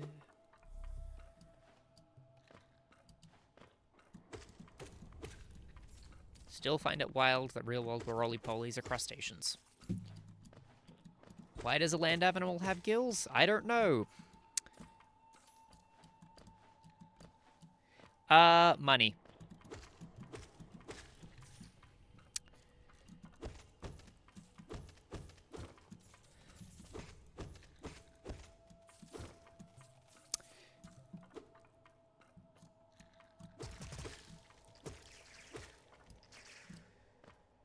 Ooh, on the topic of interesting bugs, yes.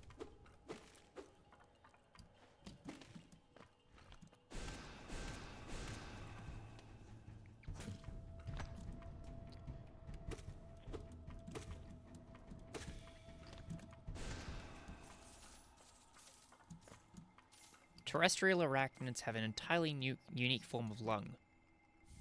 Huh. Cool.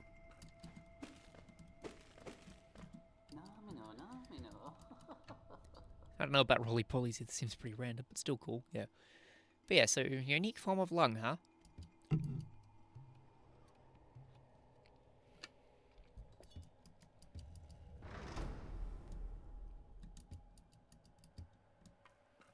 What kind of lung? Because it seems interesting.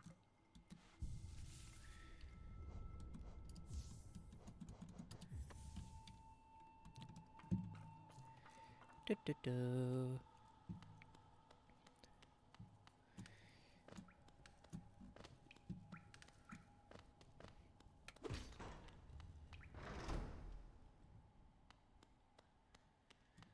Okay.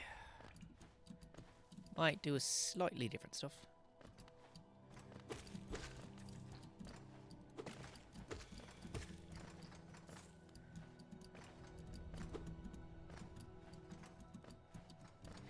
Oh yeah, book lungs, yeah. Evolved directly from external gills, consist of many sheets of gas exchange, yeah. I have heard of book lungs, yes. They are basically...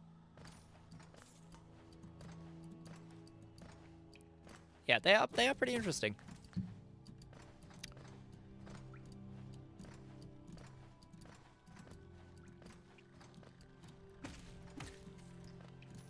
The evolution of tetrapod lungs is fascinating too, actually. Oh yeah.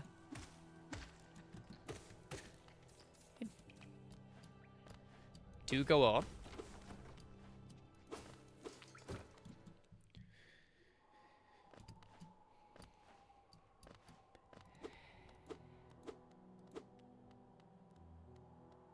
Our lungs are closely related to the swim bladders of fish, but fish actually got lungs before they got swim bladders.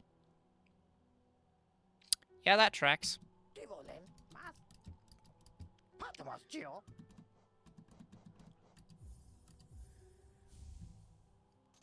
Swim bladder being the gas, yeah.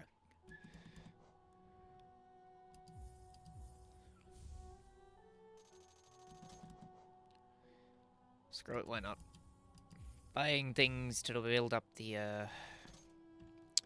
make getting stuff from Salubra easier. Gas, yeah. I mean, you got fun things like salps, which,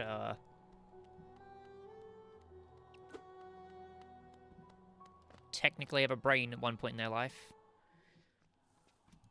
So, you know. Before they reabsorb it. Weird little cloning bastards that they are.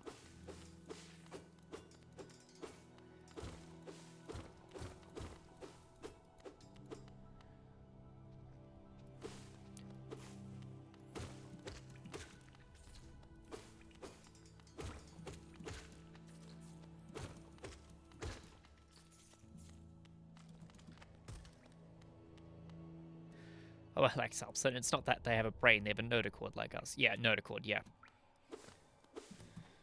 That's the word I'm looking for. Brain. Yes, our notochord becomes our spine, whereas theirs gets reabsorbed. Which is very weird.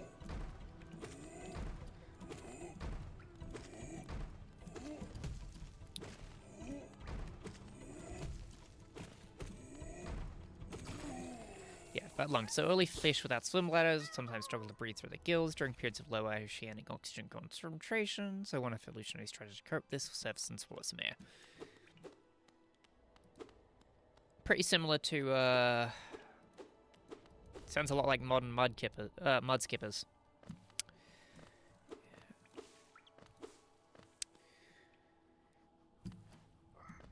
Weird little things that they are.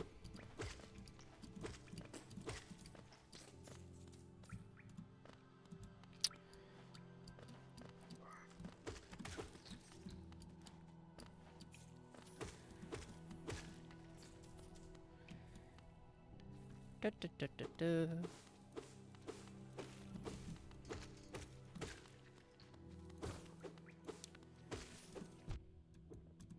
That's why our lungs connect to our digestive tracts, because of their early fish saw to patch to store more air when they swallowed, and eventually to gas exchange directly.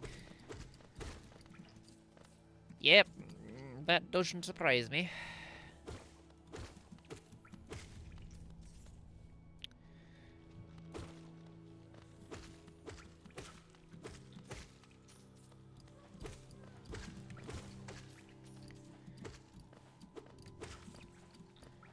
Right, do this the cheesy way.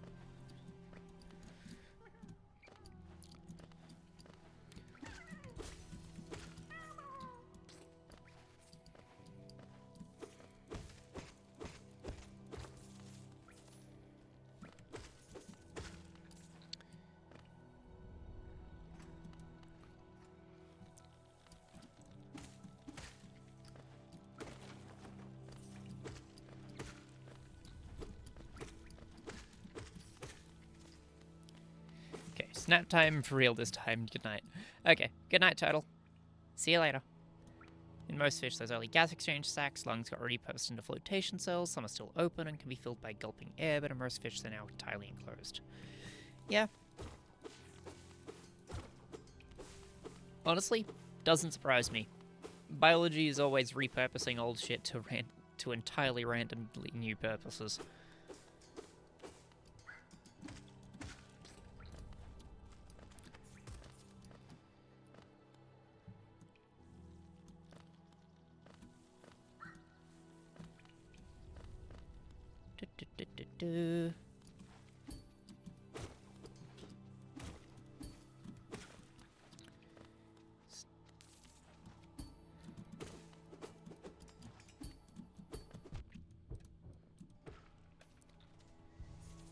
Yes.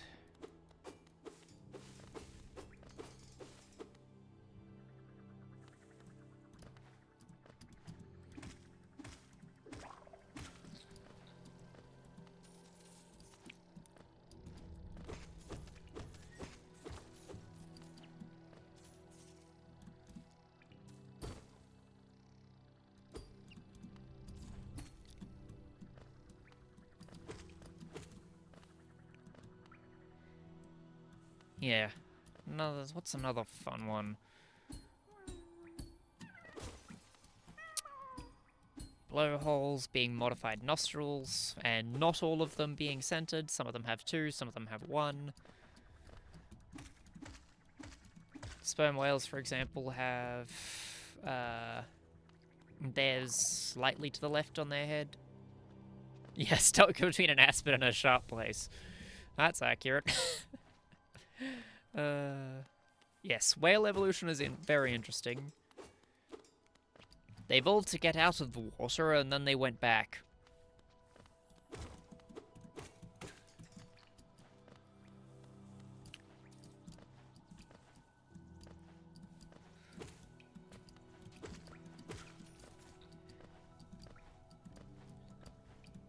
I mean, in the few places you can still find the old, Ambulocetus carcasses. Well, not carcasses, fossils. They're old enough for but they're fossilized, but you know.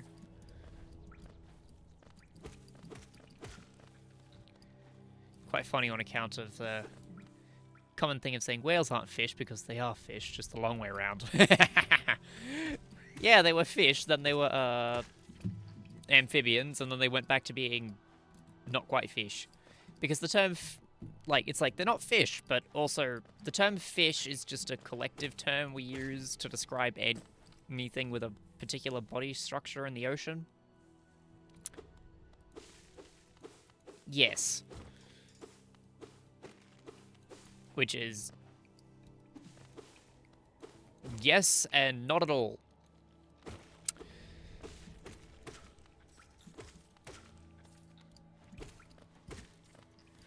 Or how...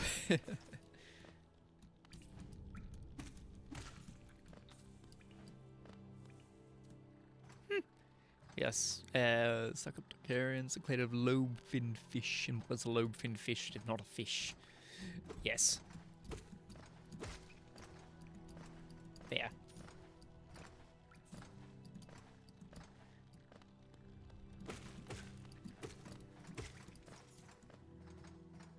Yeah, the word fish is kind of like the word tree. Yeah.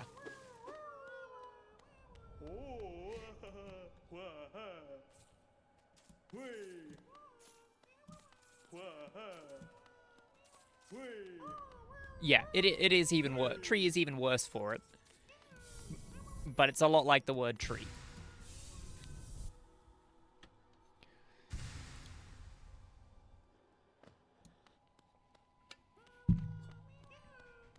It's just like a collective group name we use to refer to just this one weird group. Regardless of if they're at all related.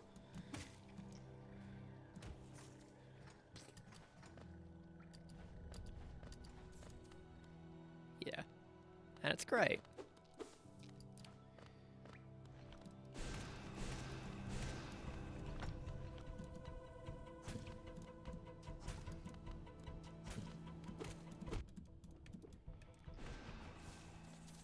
fun going around saying stuff like, I love birds, they're some of my favorite reptiles. Even if they're not, at least by the modern definition, reptiles. Like one of the ancient dinosaur families, the name translates roughly as bird-mimic lizards, but in truth it's more accurate to say lizard-mimic birds. Which is like not even remotely contentious in the same way as fish thing, unless you're creationist, but more to the point, birds are fascinating members of the clade reptile, yeah. True. True.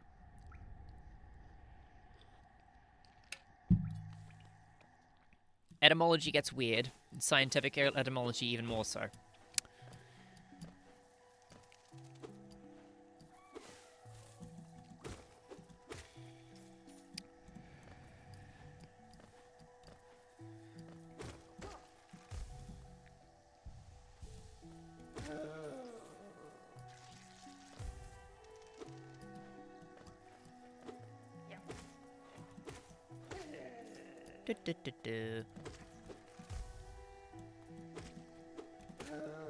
Distinction between reptiles, whole and lizards, specifically is significant. Yeah, true. Shit. True, true.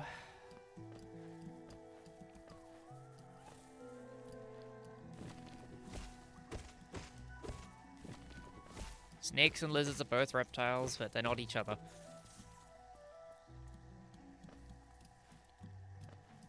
Yep.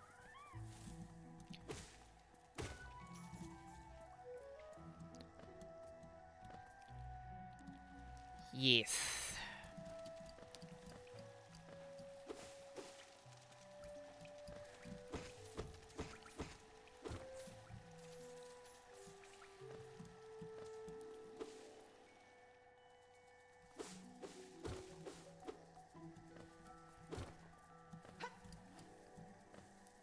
Why is it crocodiles being very interesting comparison? Because bird lungs and crocodiles work similarly, but very differently from those of other reptiles. Yeah. Why is it always lungs today? I don't know, because lungs are interesting? Die, squid.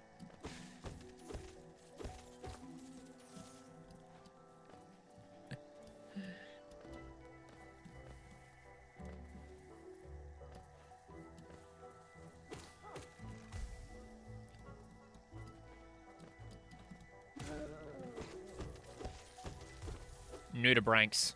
Yes. They're tiny and squishy.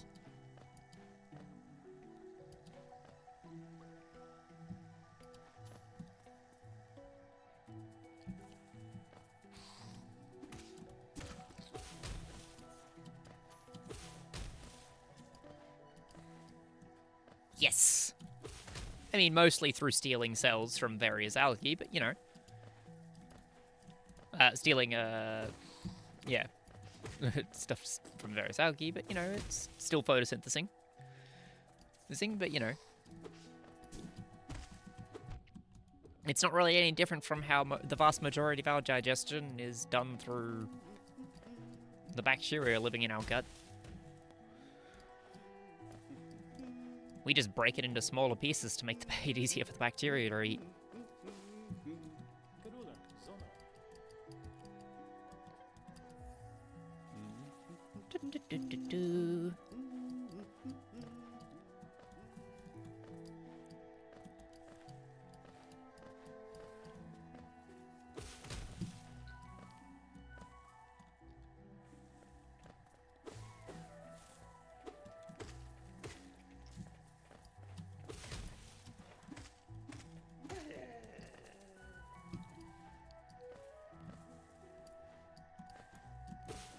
Or to be honest, the funniest biology fact of, even if you removed all of the various bacteria and other critters that live in our bodies, most of our cells still wouldn't be human. Because, you know, bloody, what's the word? Mitochondria. Entirely separate DNA.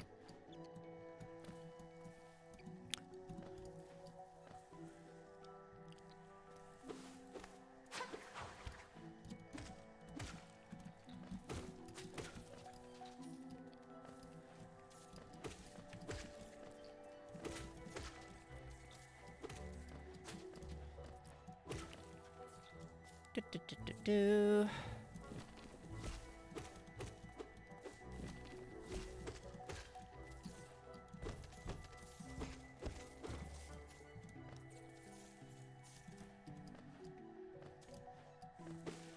Still think it's wild that, like, every single one of our cells has other cells living inside of it that we need to survive because we're so intensely symbiotic that neither can survive without the other.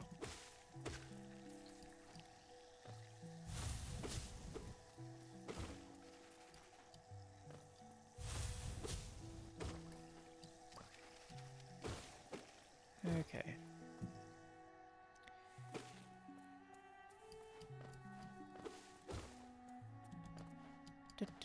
Da.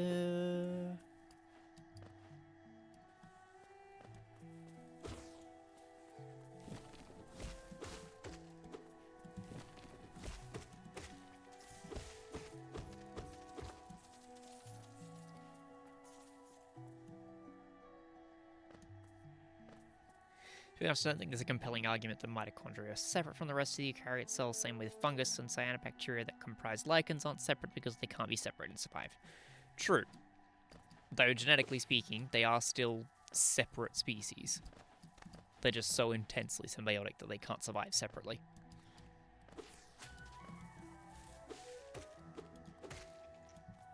Yes.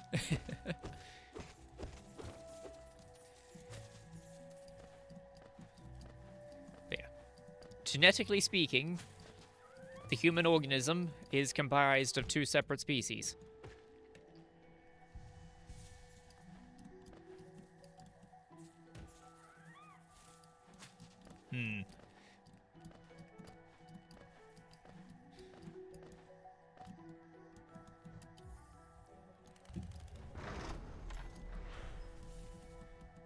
Do.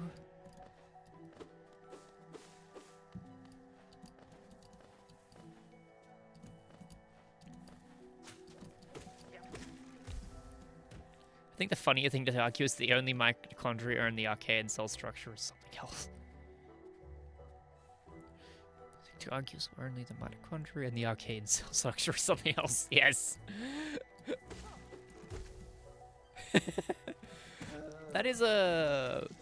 That's an interesting way of looking at it, yeah. Definitely the funnier thing to argue.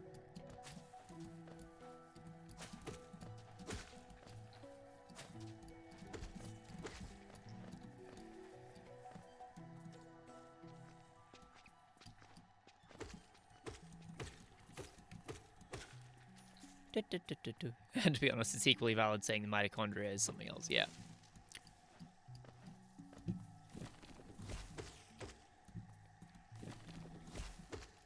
Yeah, both are valid because biology is phenomenally weird on so many levels.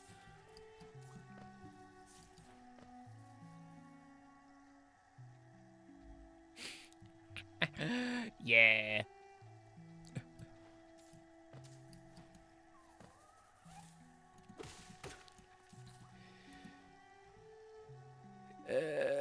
Wrong thing.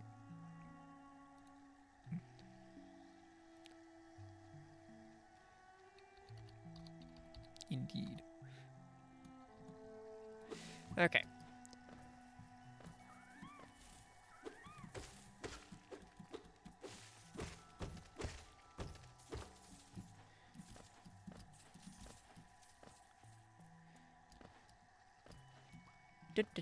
Do.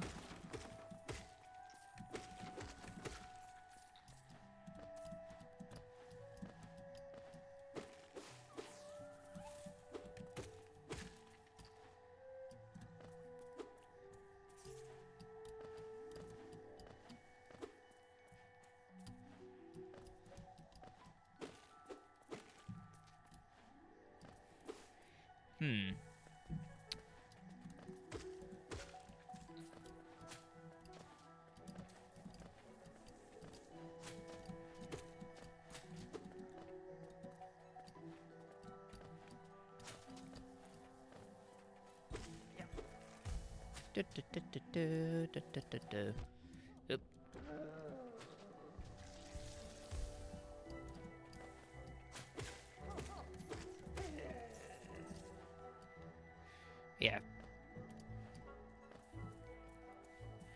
Biology is phenomenally weird, and I love it for that.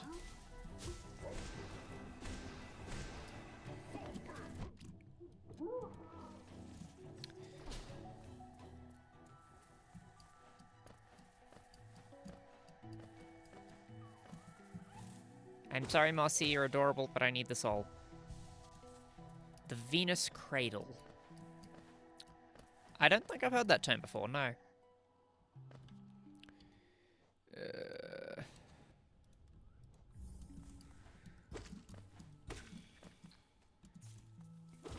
Does it have something to do with the idea that Venus wasn't always the molten hellhole that it is now?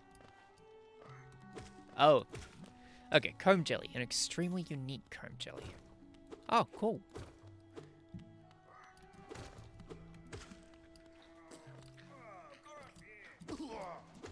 Comb jellies are very cool.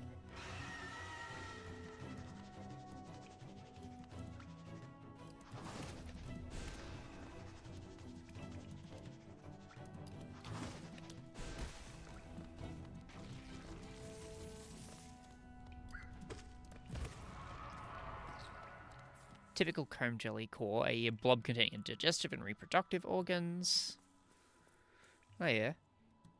And what's the external bit, the weird bit?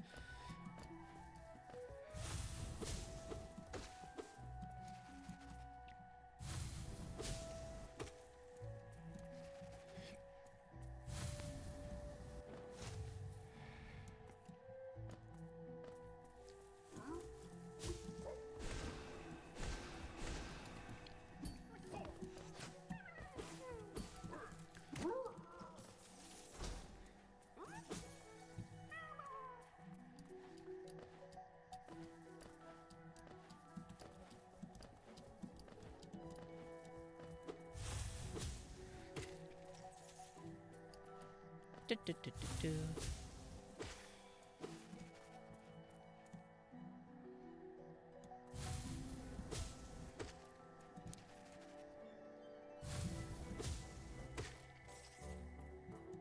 Du, du, du, du, du.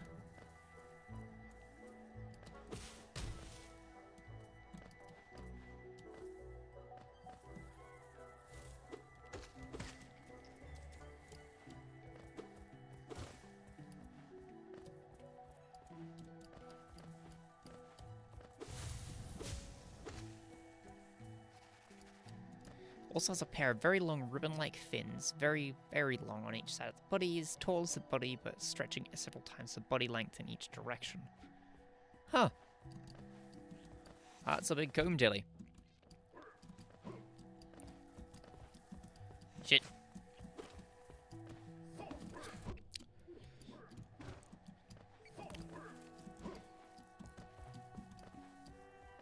Swimming, it normally keeps these extended, threatened it retracts them into a protective coil around its main body.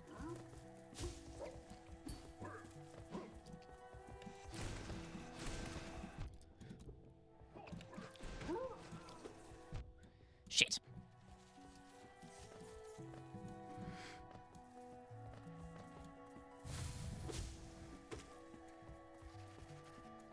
I think they have cilia combs on the surface, hence extending them to swim, but I'm not sure off the top of my head. Hiya. Sounds very cool to me.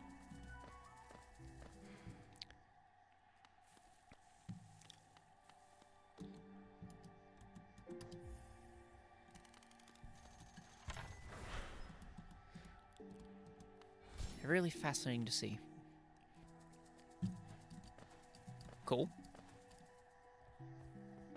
Ever looked much into crinoids?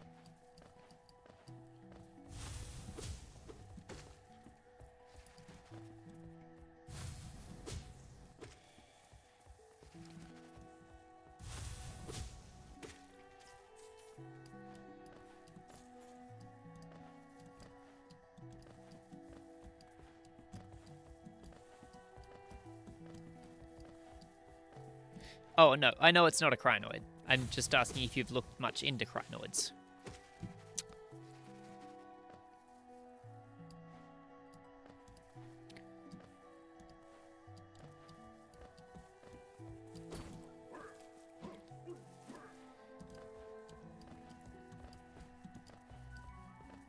Yeah. They're so weird. Like, it's an organism that has a circulatory system but predates blood.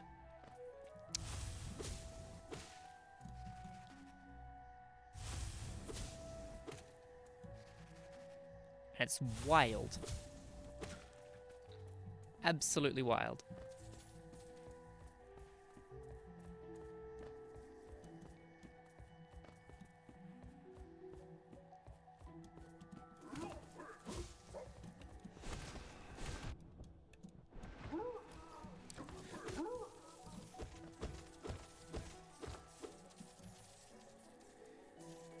Yeah. Incredibly bizarre.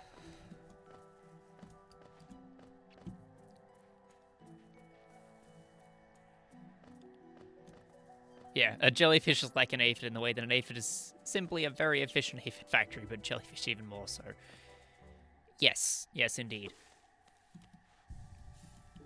Like, I mean, aphids are born pregnant, and so it's like, love how like every form of reproduction. Yes. Every form of reproduction.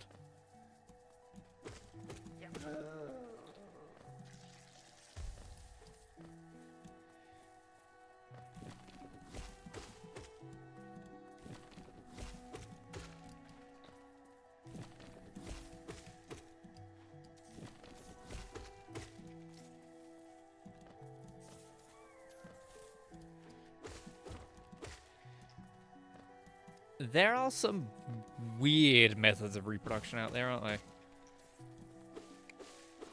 And I can really remember a few of them. Like, there's just that many of them, and some of them are so incredibly weird. Then again, I suppose it's only weird by our standards.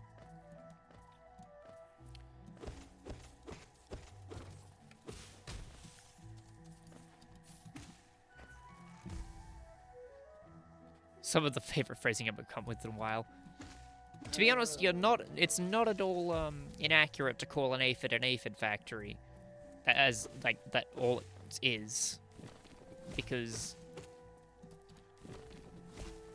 like they are literally born pregnant, so it is not at all inaccurate to call it just a very effective aphid factory.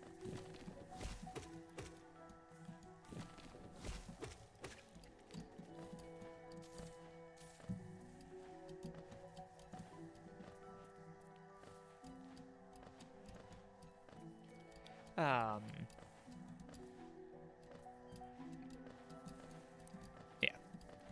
Literally born pregnant, and if there are too many aphids in a given area,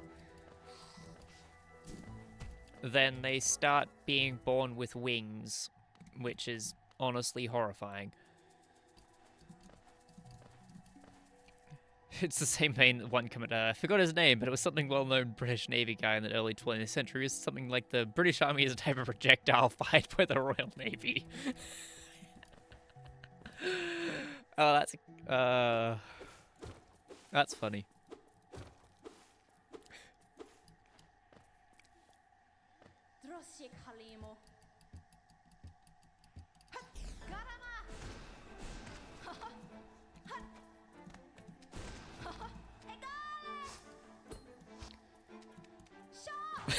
Well, yeah. The Army, the Navy, and the Air Force have all got, like, this massive rivalry going on.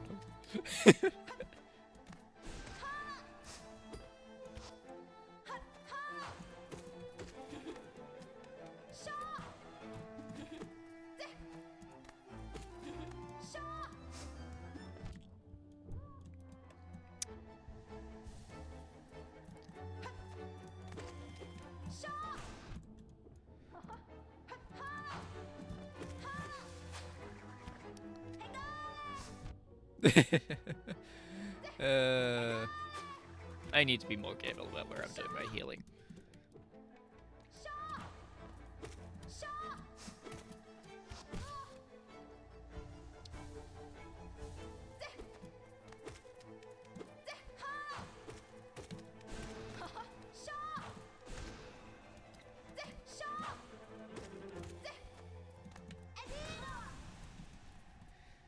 Need a Charlotte's Hornet fight. That's how you know it's the run.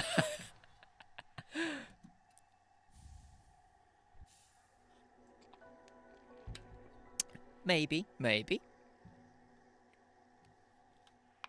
Ick, my bones. The Charlotte's Hornet is such a good bit, yeah.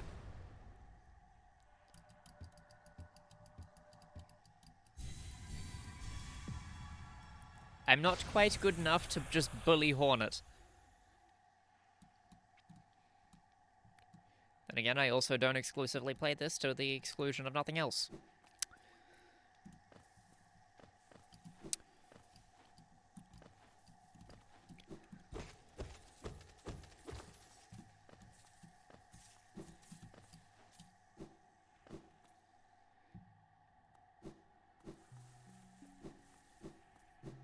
To be honest, I don't really need to go over here, but you know, I'm going to anyway.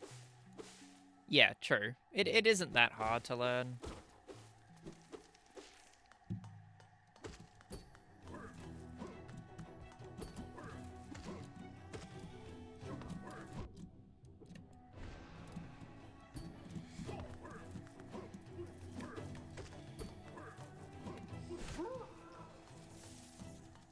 Hornet 1 bullying isn't... Hornet 2 bullying? Yeah. Hornet 2 was a pain to learn. Getting the spikes you produces on one side of the field and then not just getting rid of them. Yeah. So it doesn't clutter up your ability to move. Bit of a pain.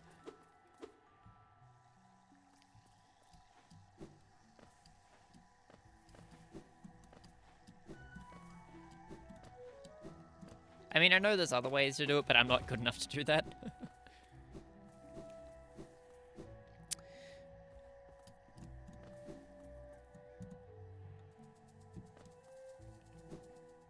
Do.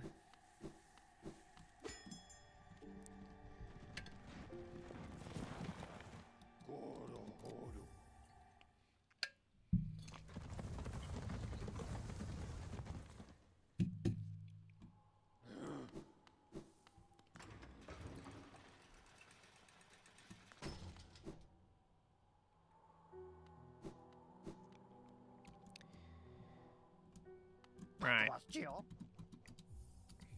Go talk to Jean. Back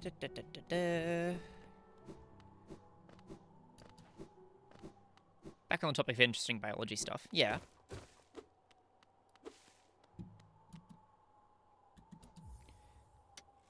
Stoplight loose jaw. No, but it sounds weird. What is it?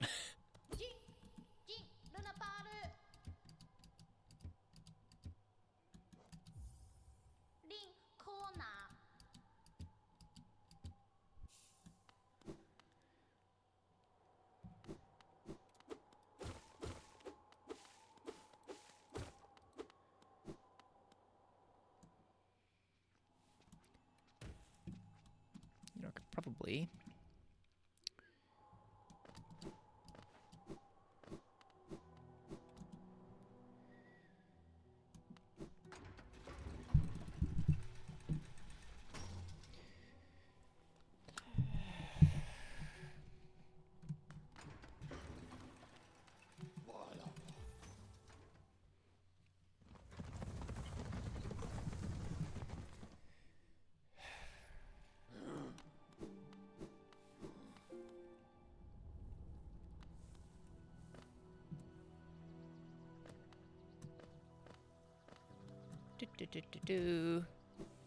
Yeah, stoplight loose jaw. Very odd sounding.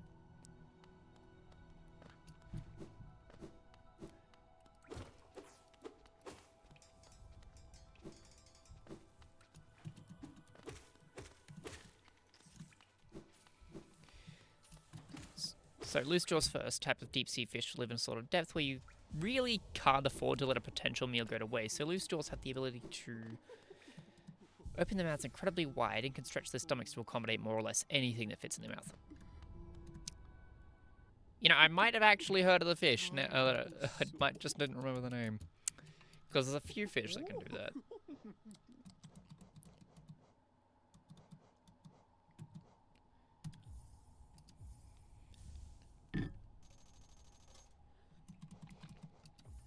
Aren't they prone to bursting because they keep eating things that are even bigger than they too big for themselves?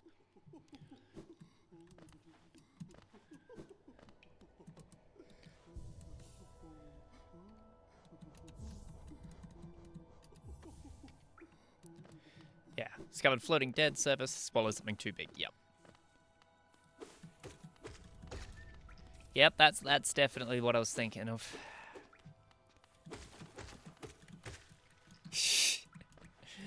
Oh dear. They aren't very bright, unfortunately. Then again, at those depths, very few things can actually afford the energy required for anything resembling brain power.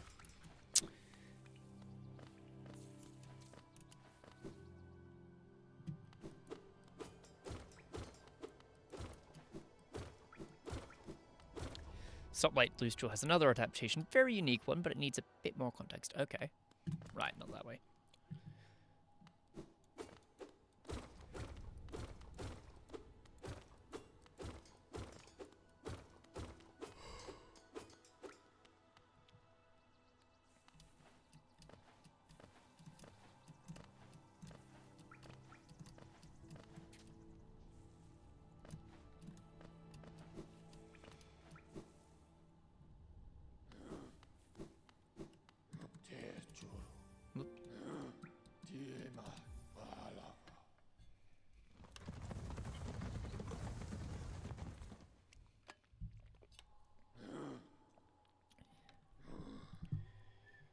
Okay.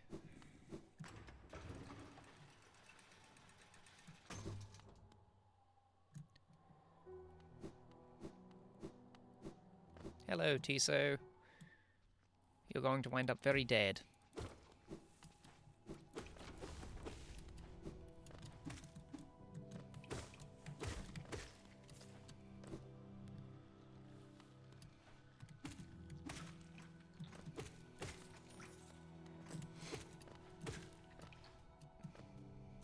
Light towards the blue end of the spectrum penetrates further through water and redder light gets filtered out first.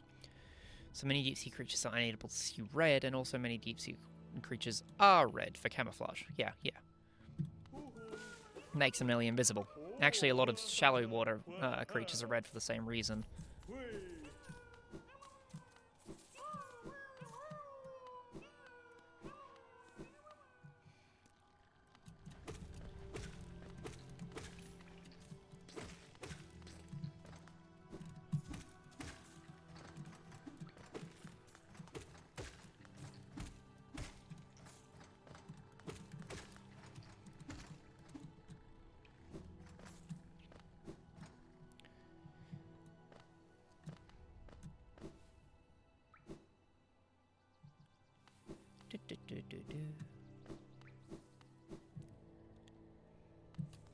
Wait, have I gotten the... Yes, I have.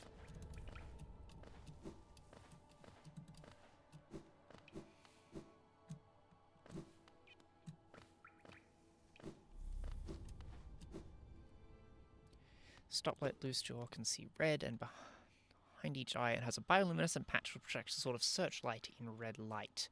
It's the only known example of specifically red bioluminescence, and it uses it to hunt using a type of light that neither its prey nor potential predators can see. Yes. You know what's funny? I heard a story about someone who did SpecBio, and basically a biological flashlight was considered too outlandish by the teacher. Guess what? That's a biological flashlight.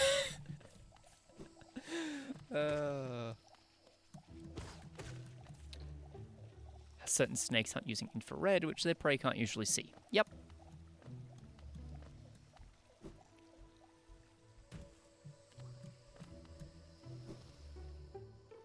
But yeah, the fact that they basically have a short-range red light, yeah, that's pretty interesting.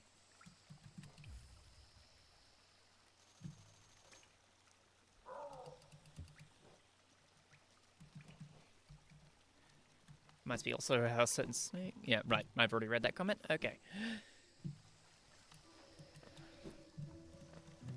Du-du-du.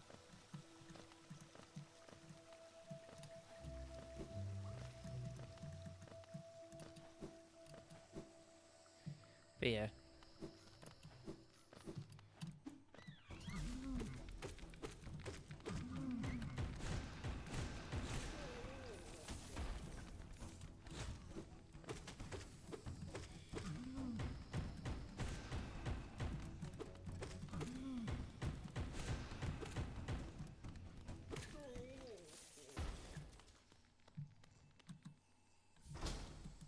Hurrah, charm notch.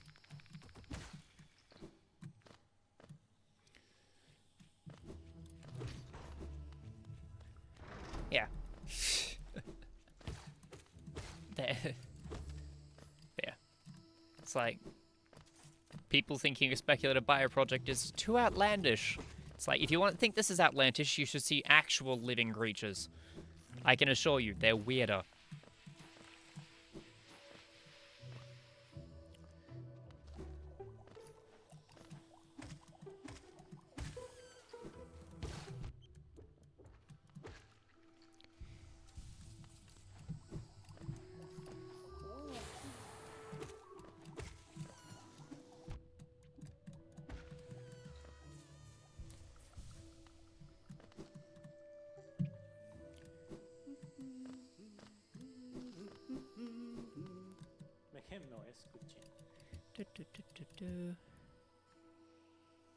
Yes, please look at one clip from a deep sea dive.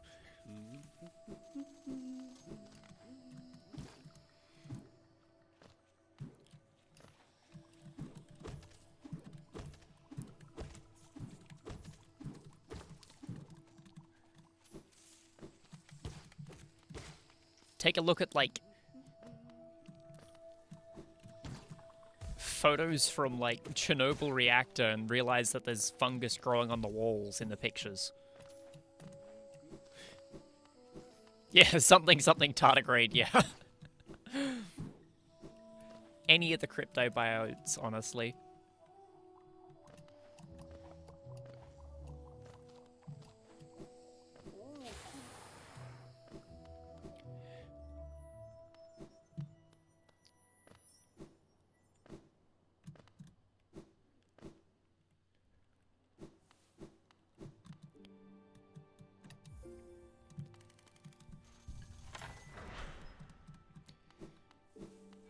Yeah. If anything, like, a lot of the speculative biology projects are actually more, like, less outlandish than real world biology in a lot of ways.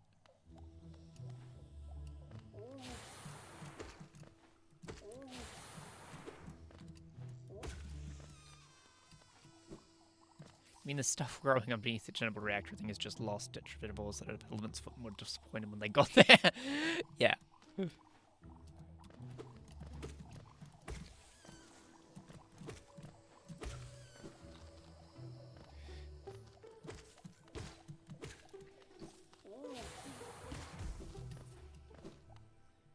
Yeah. Thing is, though, that fungus seems to be growing faster in that high radiation environment than it does normally. So, you know, yeah.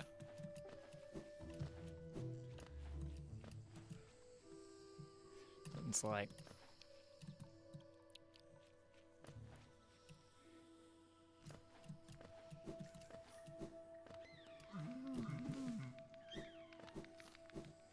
yeah.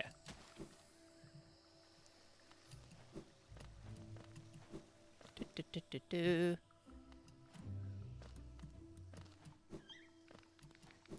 I'm just going to avoid the big boys up there.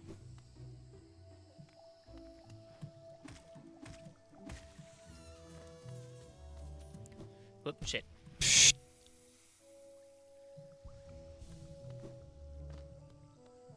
Keep doing that.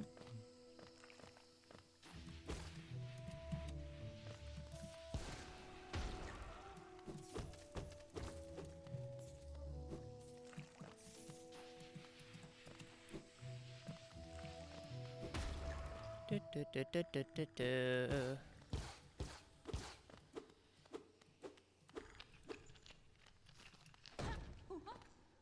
Honestly, the sound that Cloth makes when she comes up out of the ground. The fact that it's the same one made by the things in Deep Nest.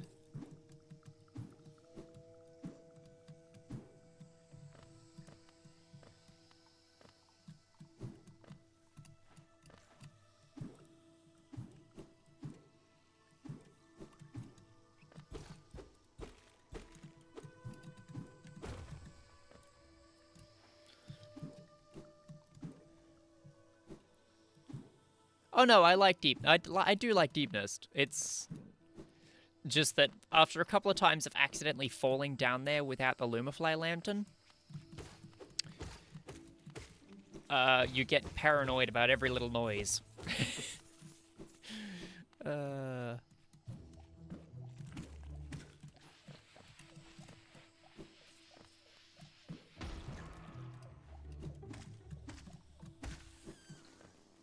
Yeah, so do I. It is genuinely like cool.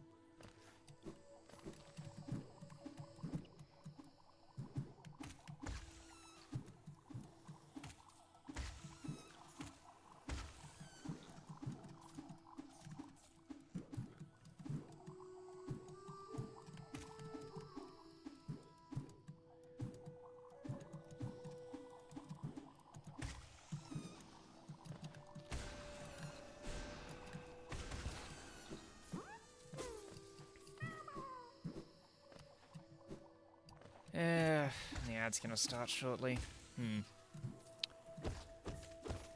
But yeah, the spooky places are fun.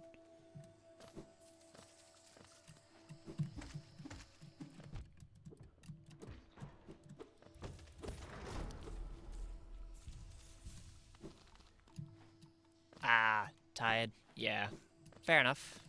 If you need to go to bed. Alright, you take care. Good to talk to you as always. And see you around next time.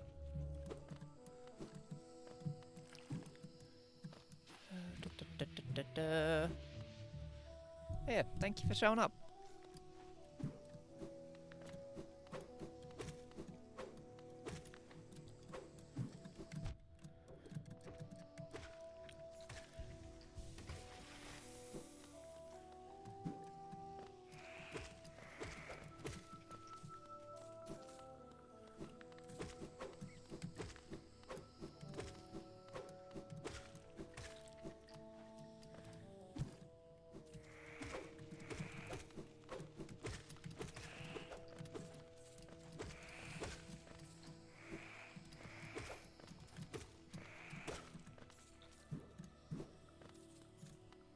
Du, du, du, du, du.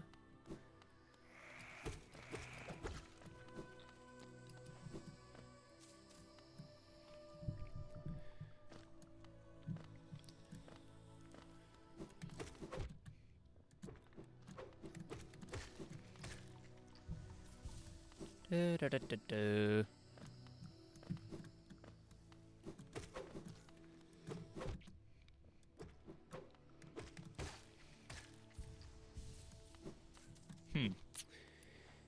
Have a quick visit to Leg Eater again.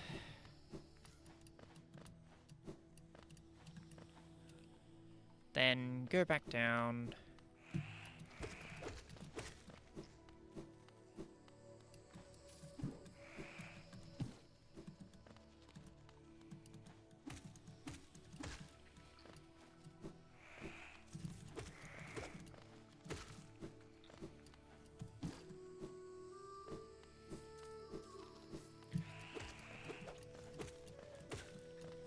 Except now I actually have the extra charm notches because I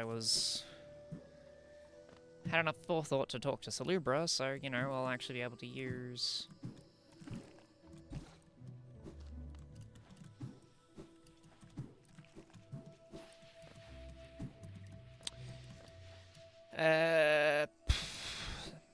Soul Catcher and...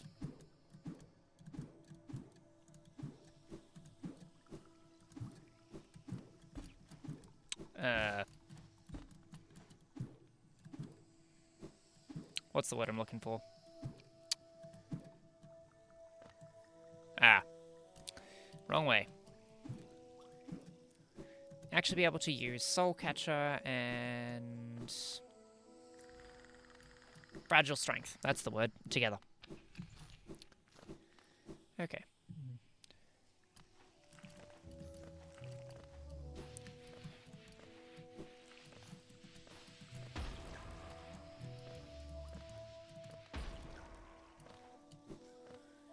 Da, da, da, da, da.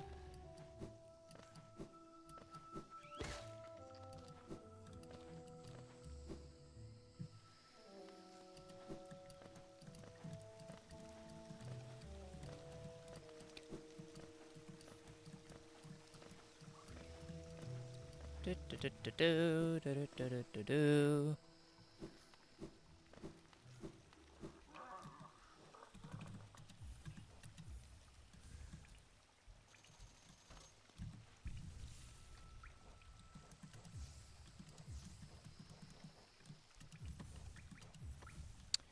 Cool.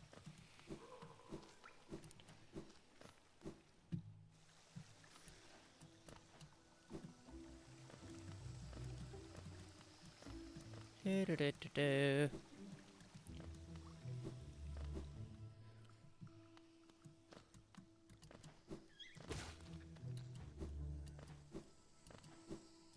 Whoop, shit, wrong button. Okay.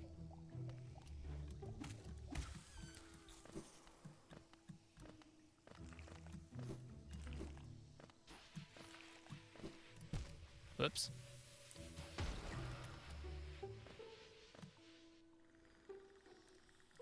Okay.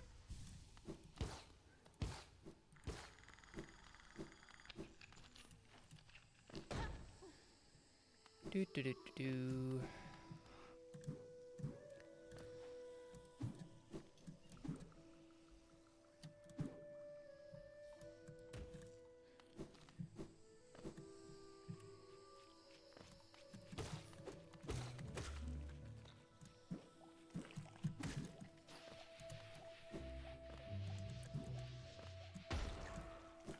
Whoop.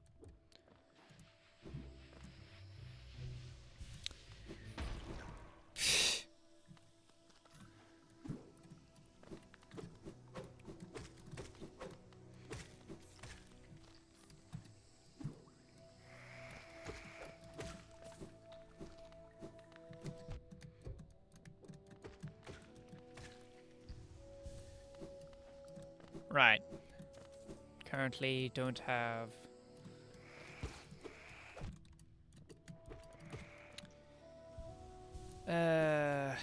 the power to collect things just floating around. To be honest, I probably could have waited.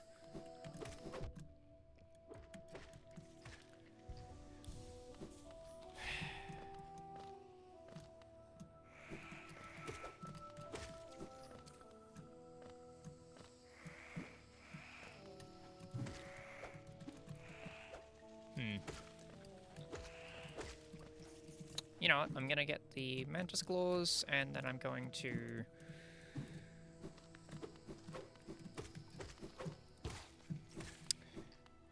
go down to that bench quickly. I'm pretty sure there's something down there that requires claws to access.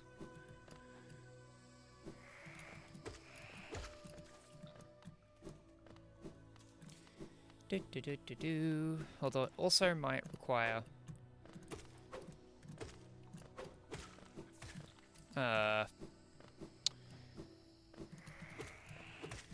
Desolate Dive, that's the one. Normally I don't remember the name.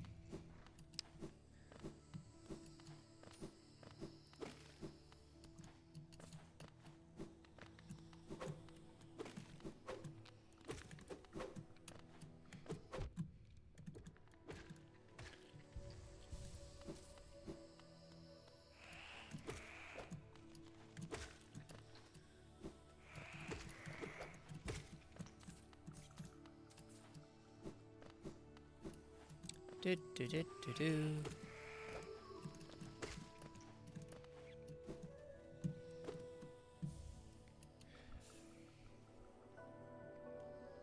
Ow.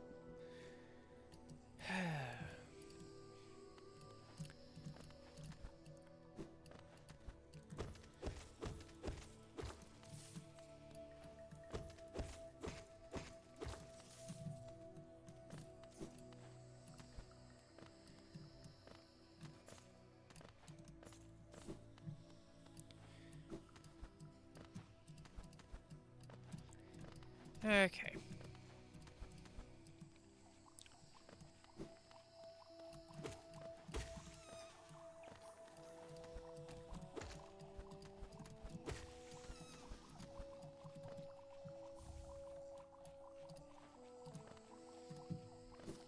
Do do do do do.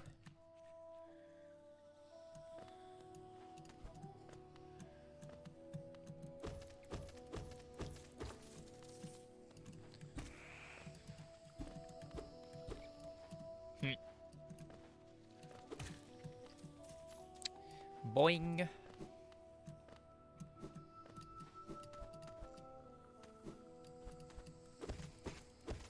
Do do do do do do.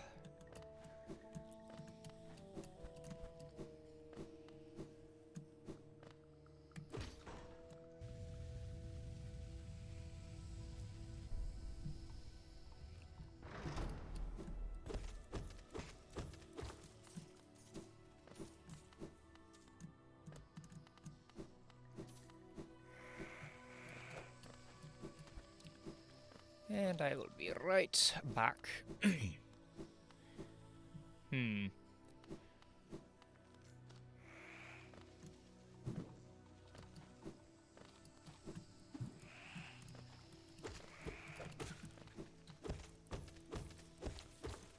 Geo.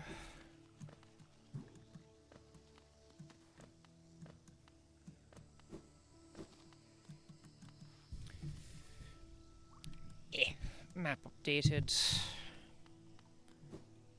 Anyway, there's a few things down here.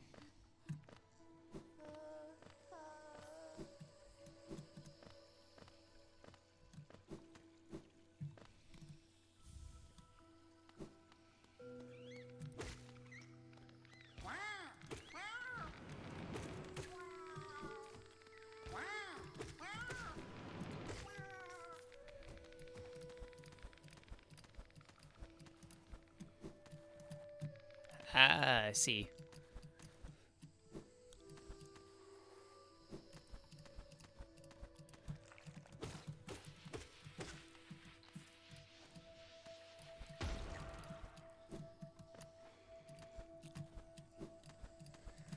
Okay.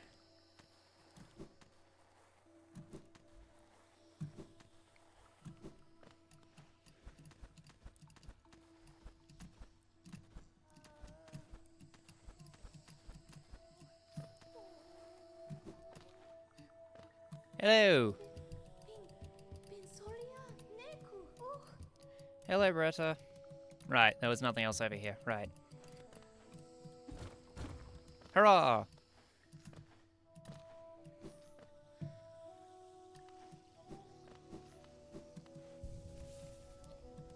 Miss Fanfic Bug.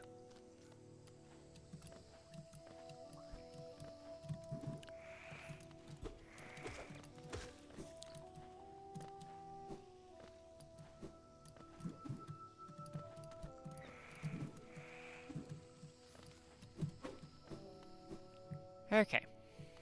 Down to fight Mantis Lords. Double check my charms. Yep. Soul Catcher, Fragile Strength.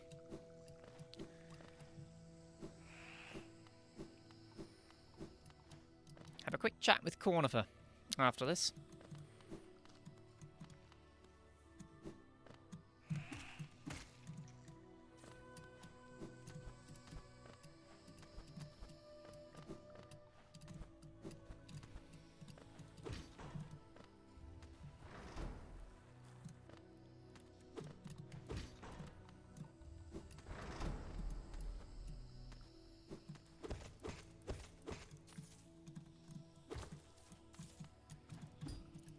Whoops. That was dumb.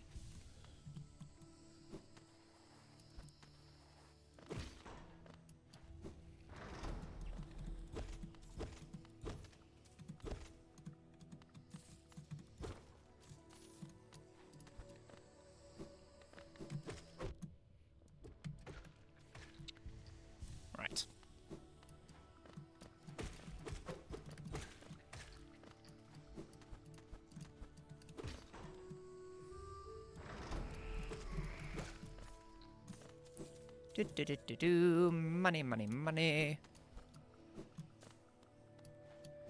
Money, money, money. It's so funny in a rich man's world.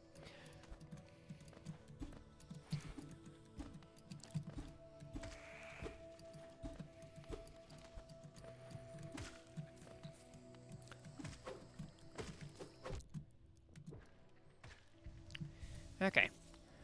Back to the Mantis Lords.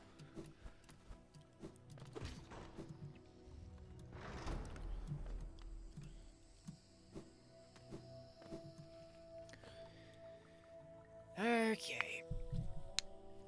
Stiff bones. Okay. Challenge them, and then go talk to Cornifer. Provided I don't do a dumb shit and die again. Okay.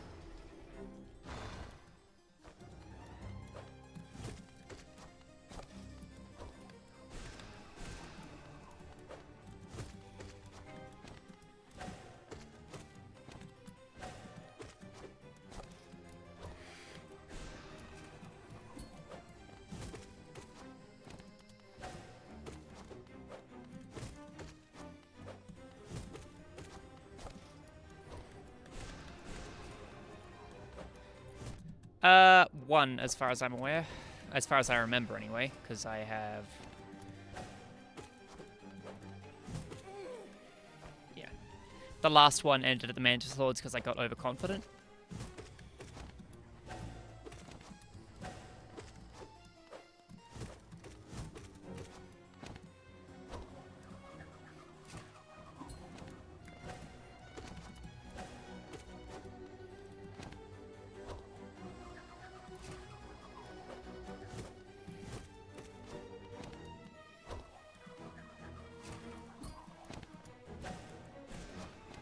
Whoop.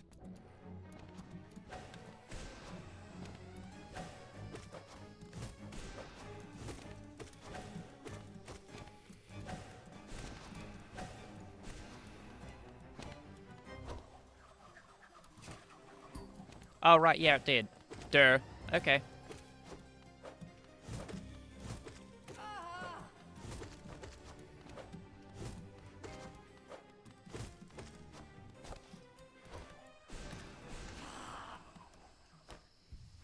Yeah, okay. First run ended there. Okay. Thank you for the reminder, Draconis, because I legitimately do not remember very well. Hurrah! I would prefer if I had gotten it hitless, because I do know for certain I can get it hitless. But, you know, the fact that it's beaten means it's one less problem in the path. Almost 7 AM, haven't slept. Damn it, Draconis, get some sleep. Then again, I genuinely cannot,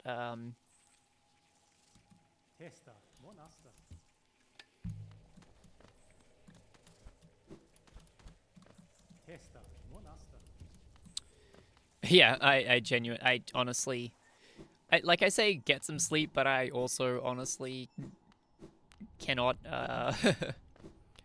say anything against it because I am also awful about it. Like, horrendously awful.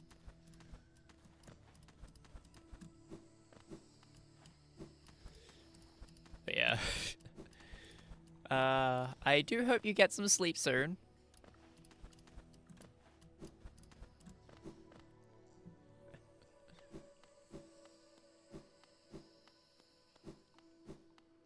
Chair.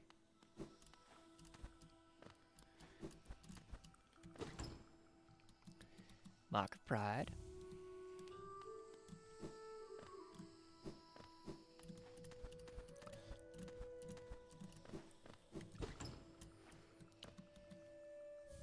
Taloness Seal. May give it an attempt. Yes. Yes, give the sleeping an attempt.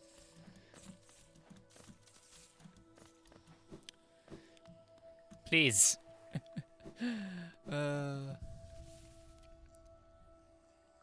Pride and Longnail? Yes, you get some... It gets very silly.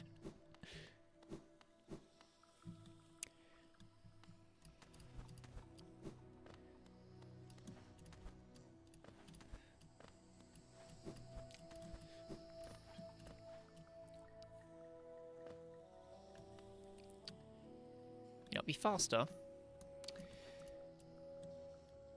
Rip, right, brain. Going up this way. But yeah, Pride and Longnail. And if at all possible, yeah. Yeah, you go to bed. You really do need sleep, Draconis. Jeez.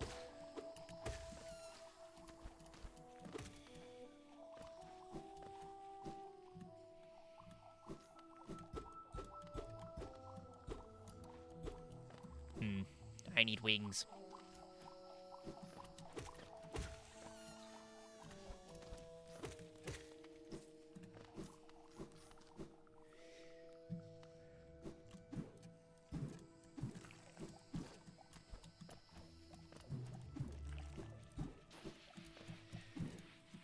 Okay.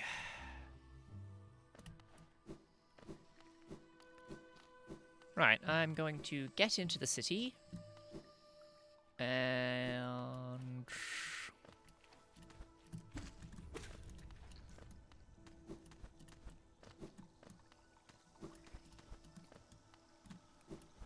Right, it's there. Oh, right, what's up here? Ah, soul.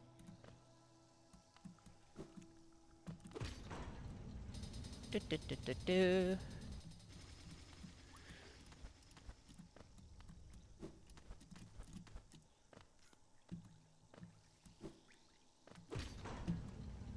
The city crest.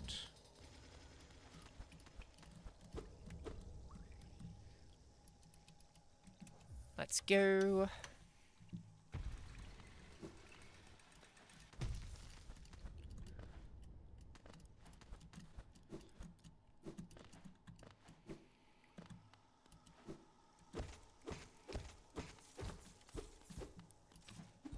Right. Desolate Dive is needed for that, and I don't have it yet.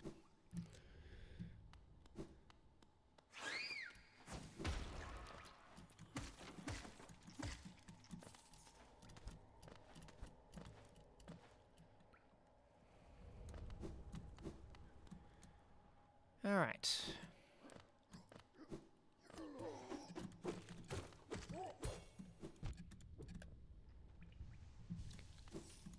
Managed to get a parry there, and then I blew it immediately.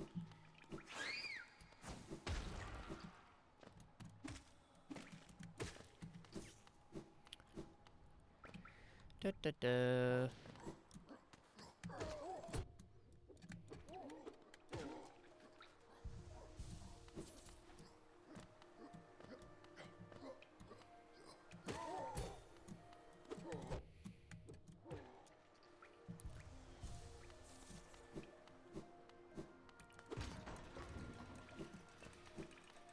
Right.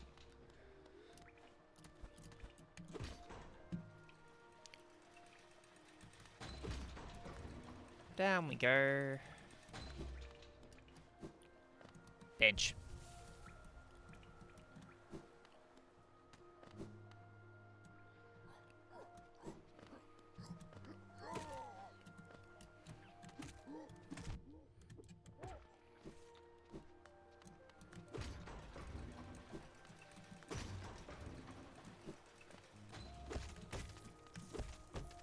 Yes, the City of Tears. Beautiful, melancholy little place it is. Quickly go get...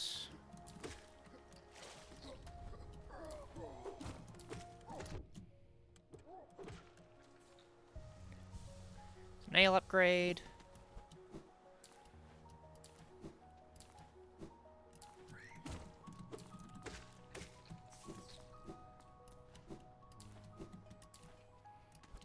There's a lot of nails around here.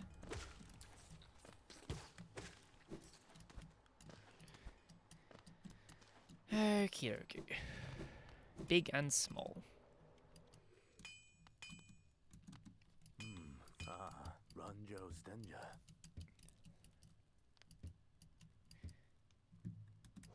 Yes, strengthen my nail. Jonsha.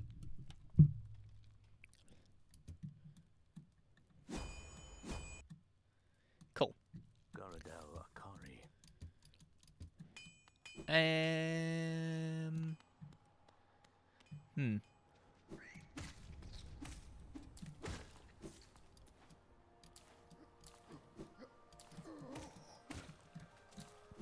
Goody. 2 hits.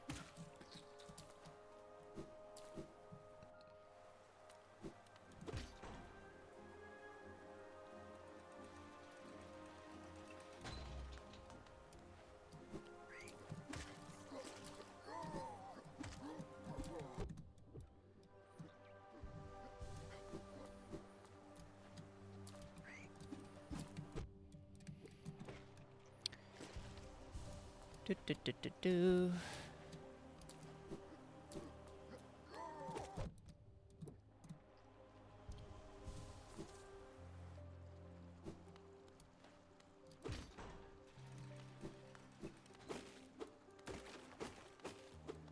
Have a quick chat with Hornet.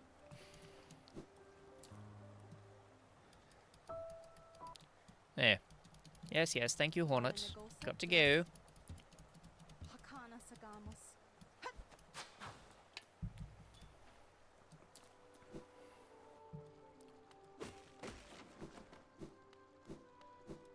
Up we go.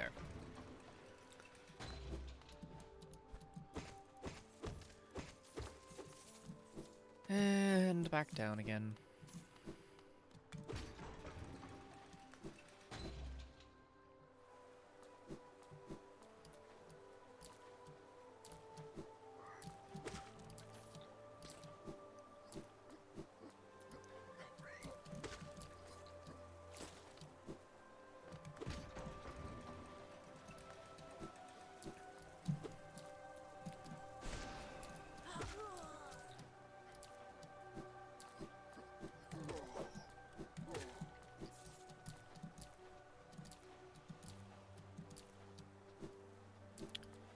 Do, do, do, do, do. Up we go.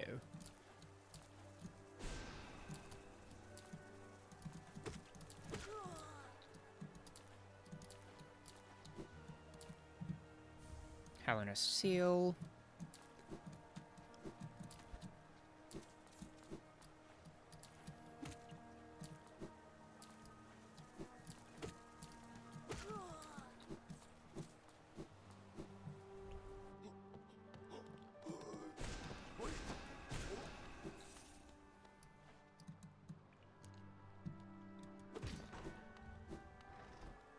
Hello, Lem.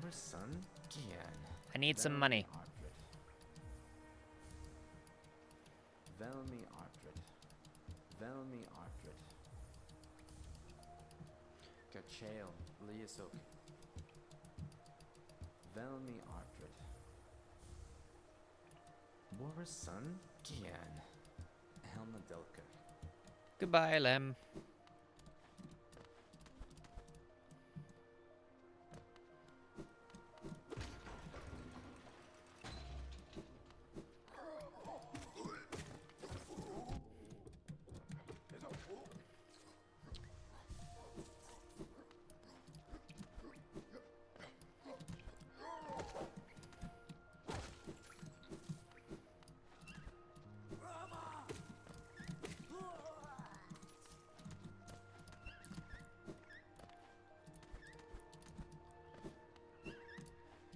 Do, do, do, do, do.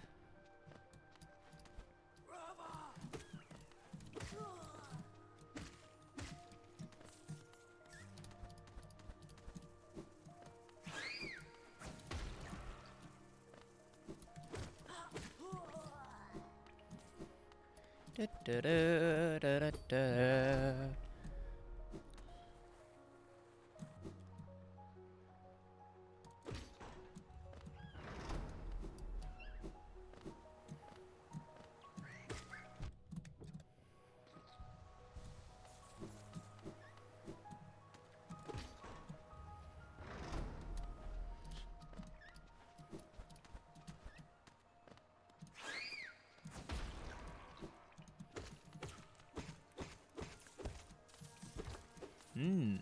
Money cache.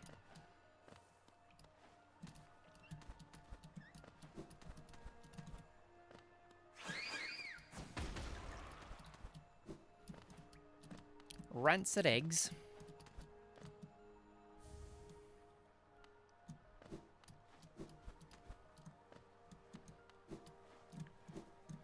God damn it.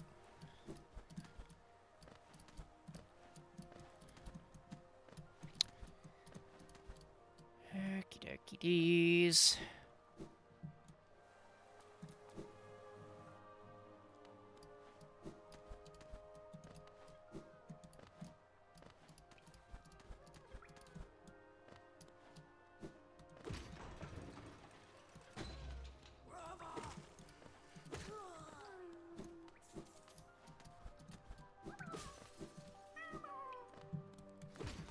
Up we go.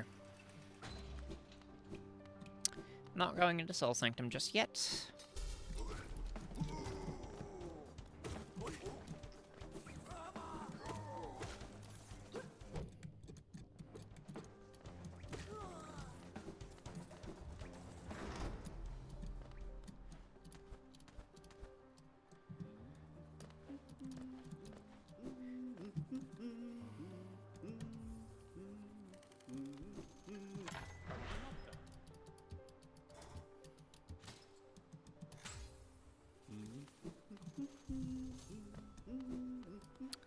Do do do do do.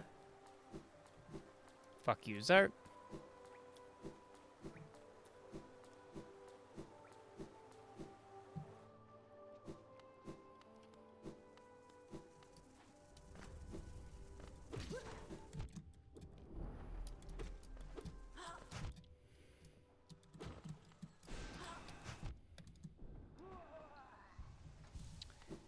Okay.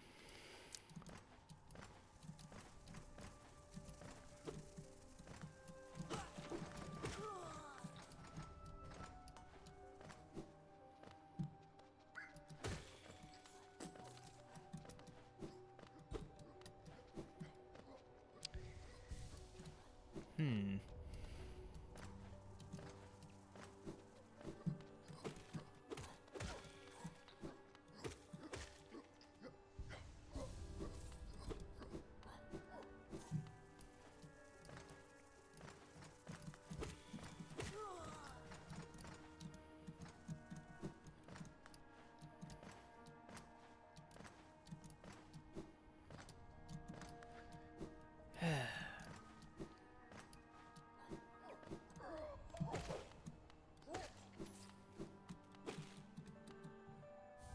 Simple key.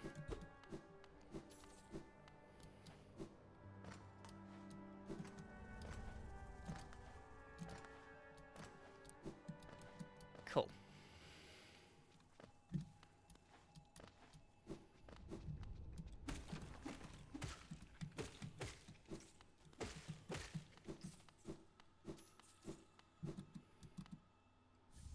All the corpses everywhere.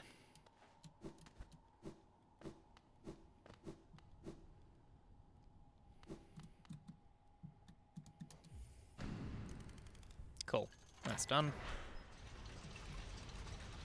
Deal with that later. Da, da, da, da, da, da, da.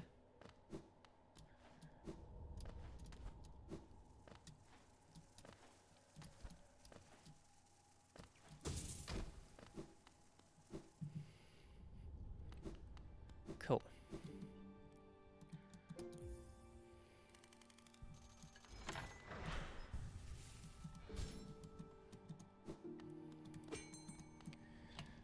How many tea left in here?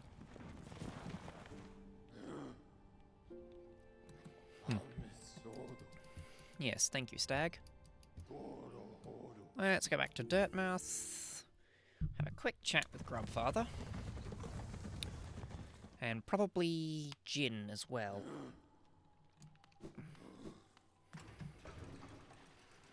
Go talk to Grubfather first.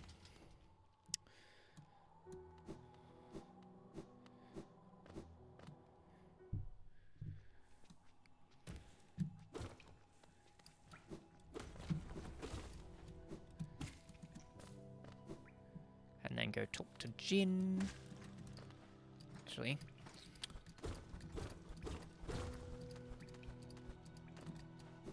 Should Should also get this stuff.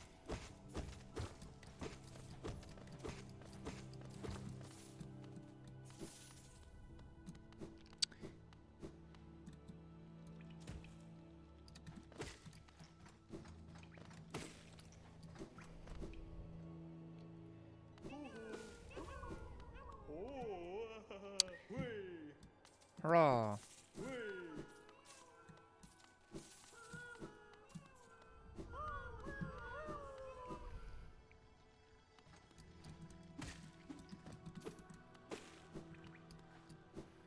Do do do do do do do.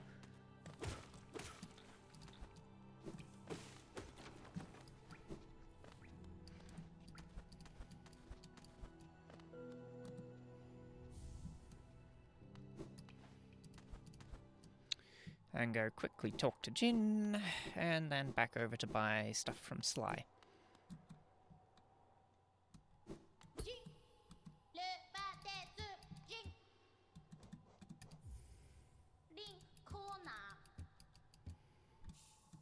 Hello! Pretty sure that's all of my... Yeah, that's all my rancid eggs. Okay.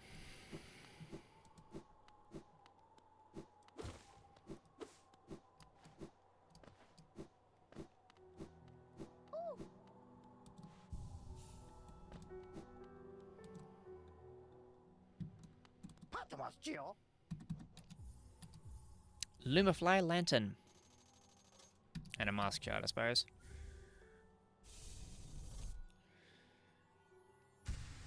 Okay.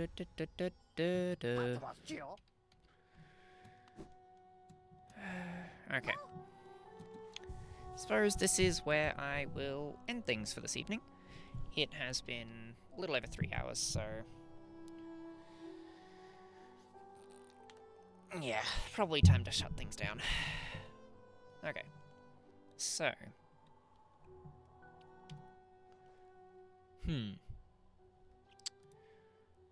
What to do, what to do...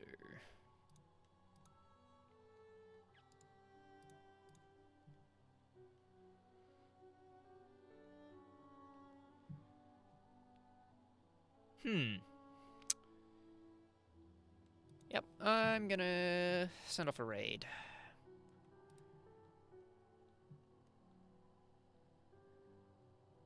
Right.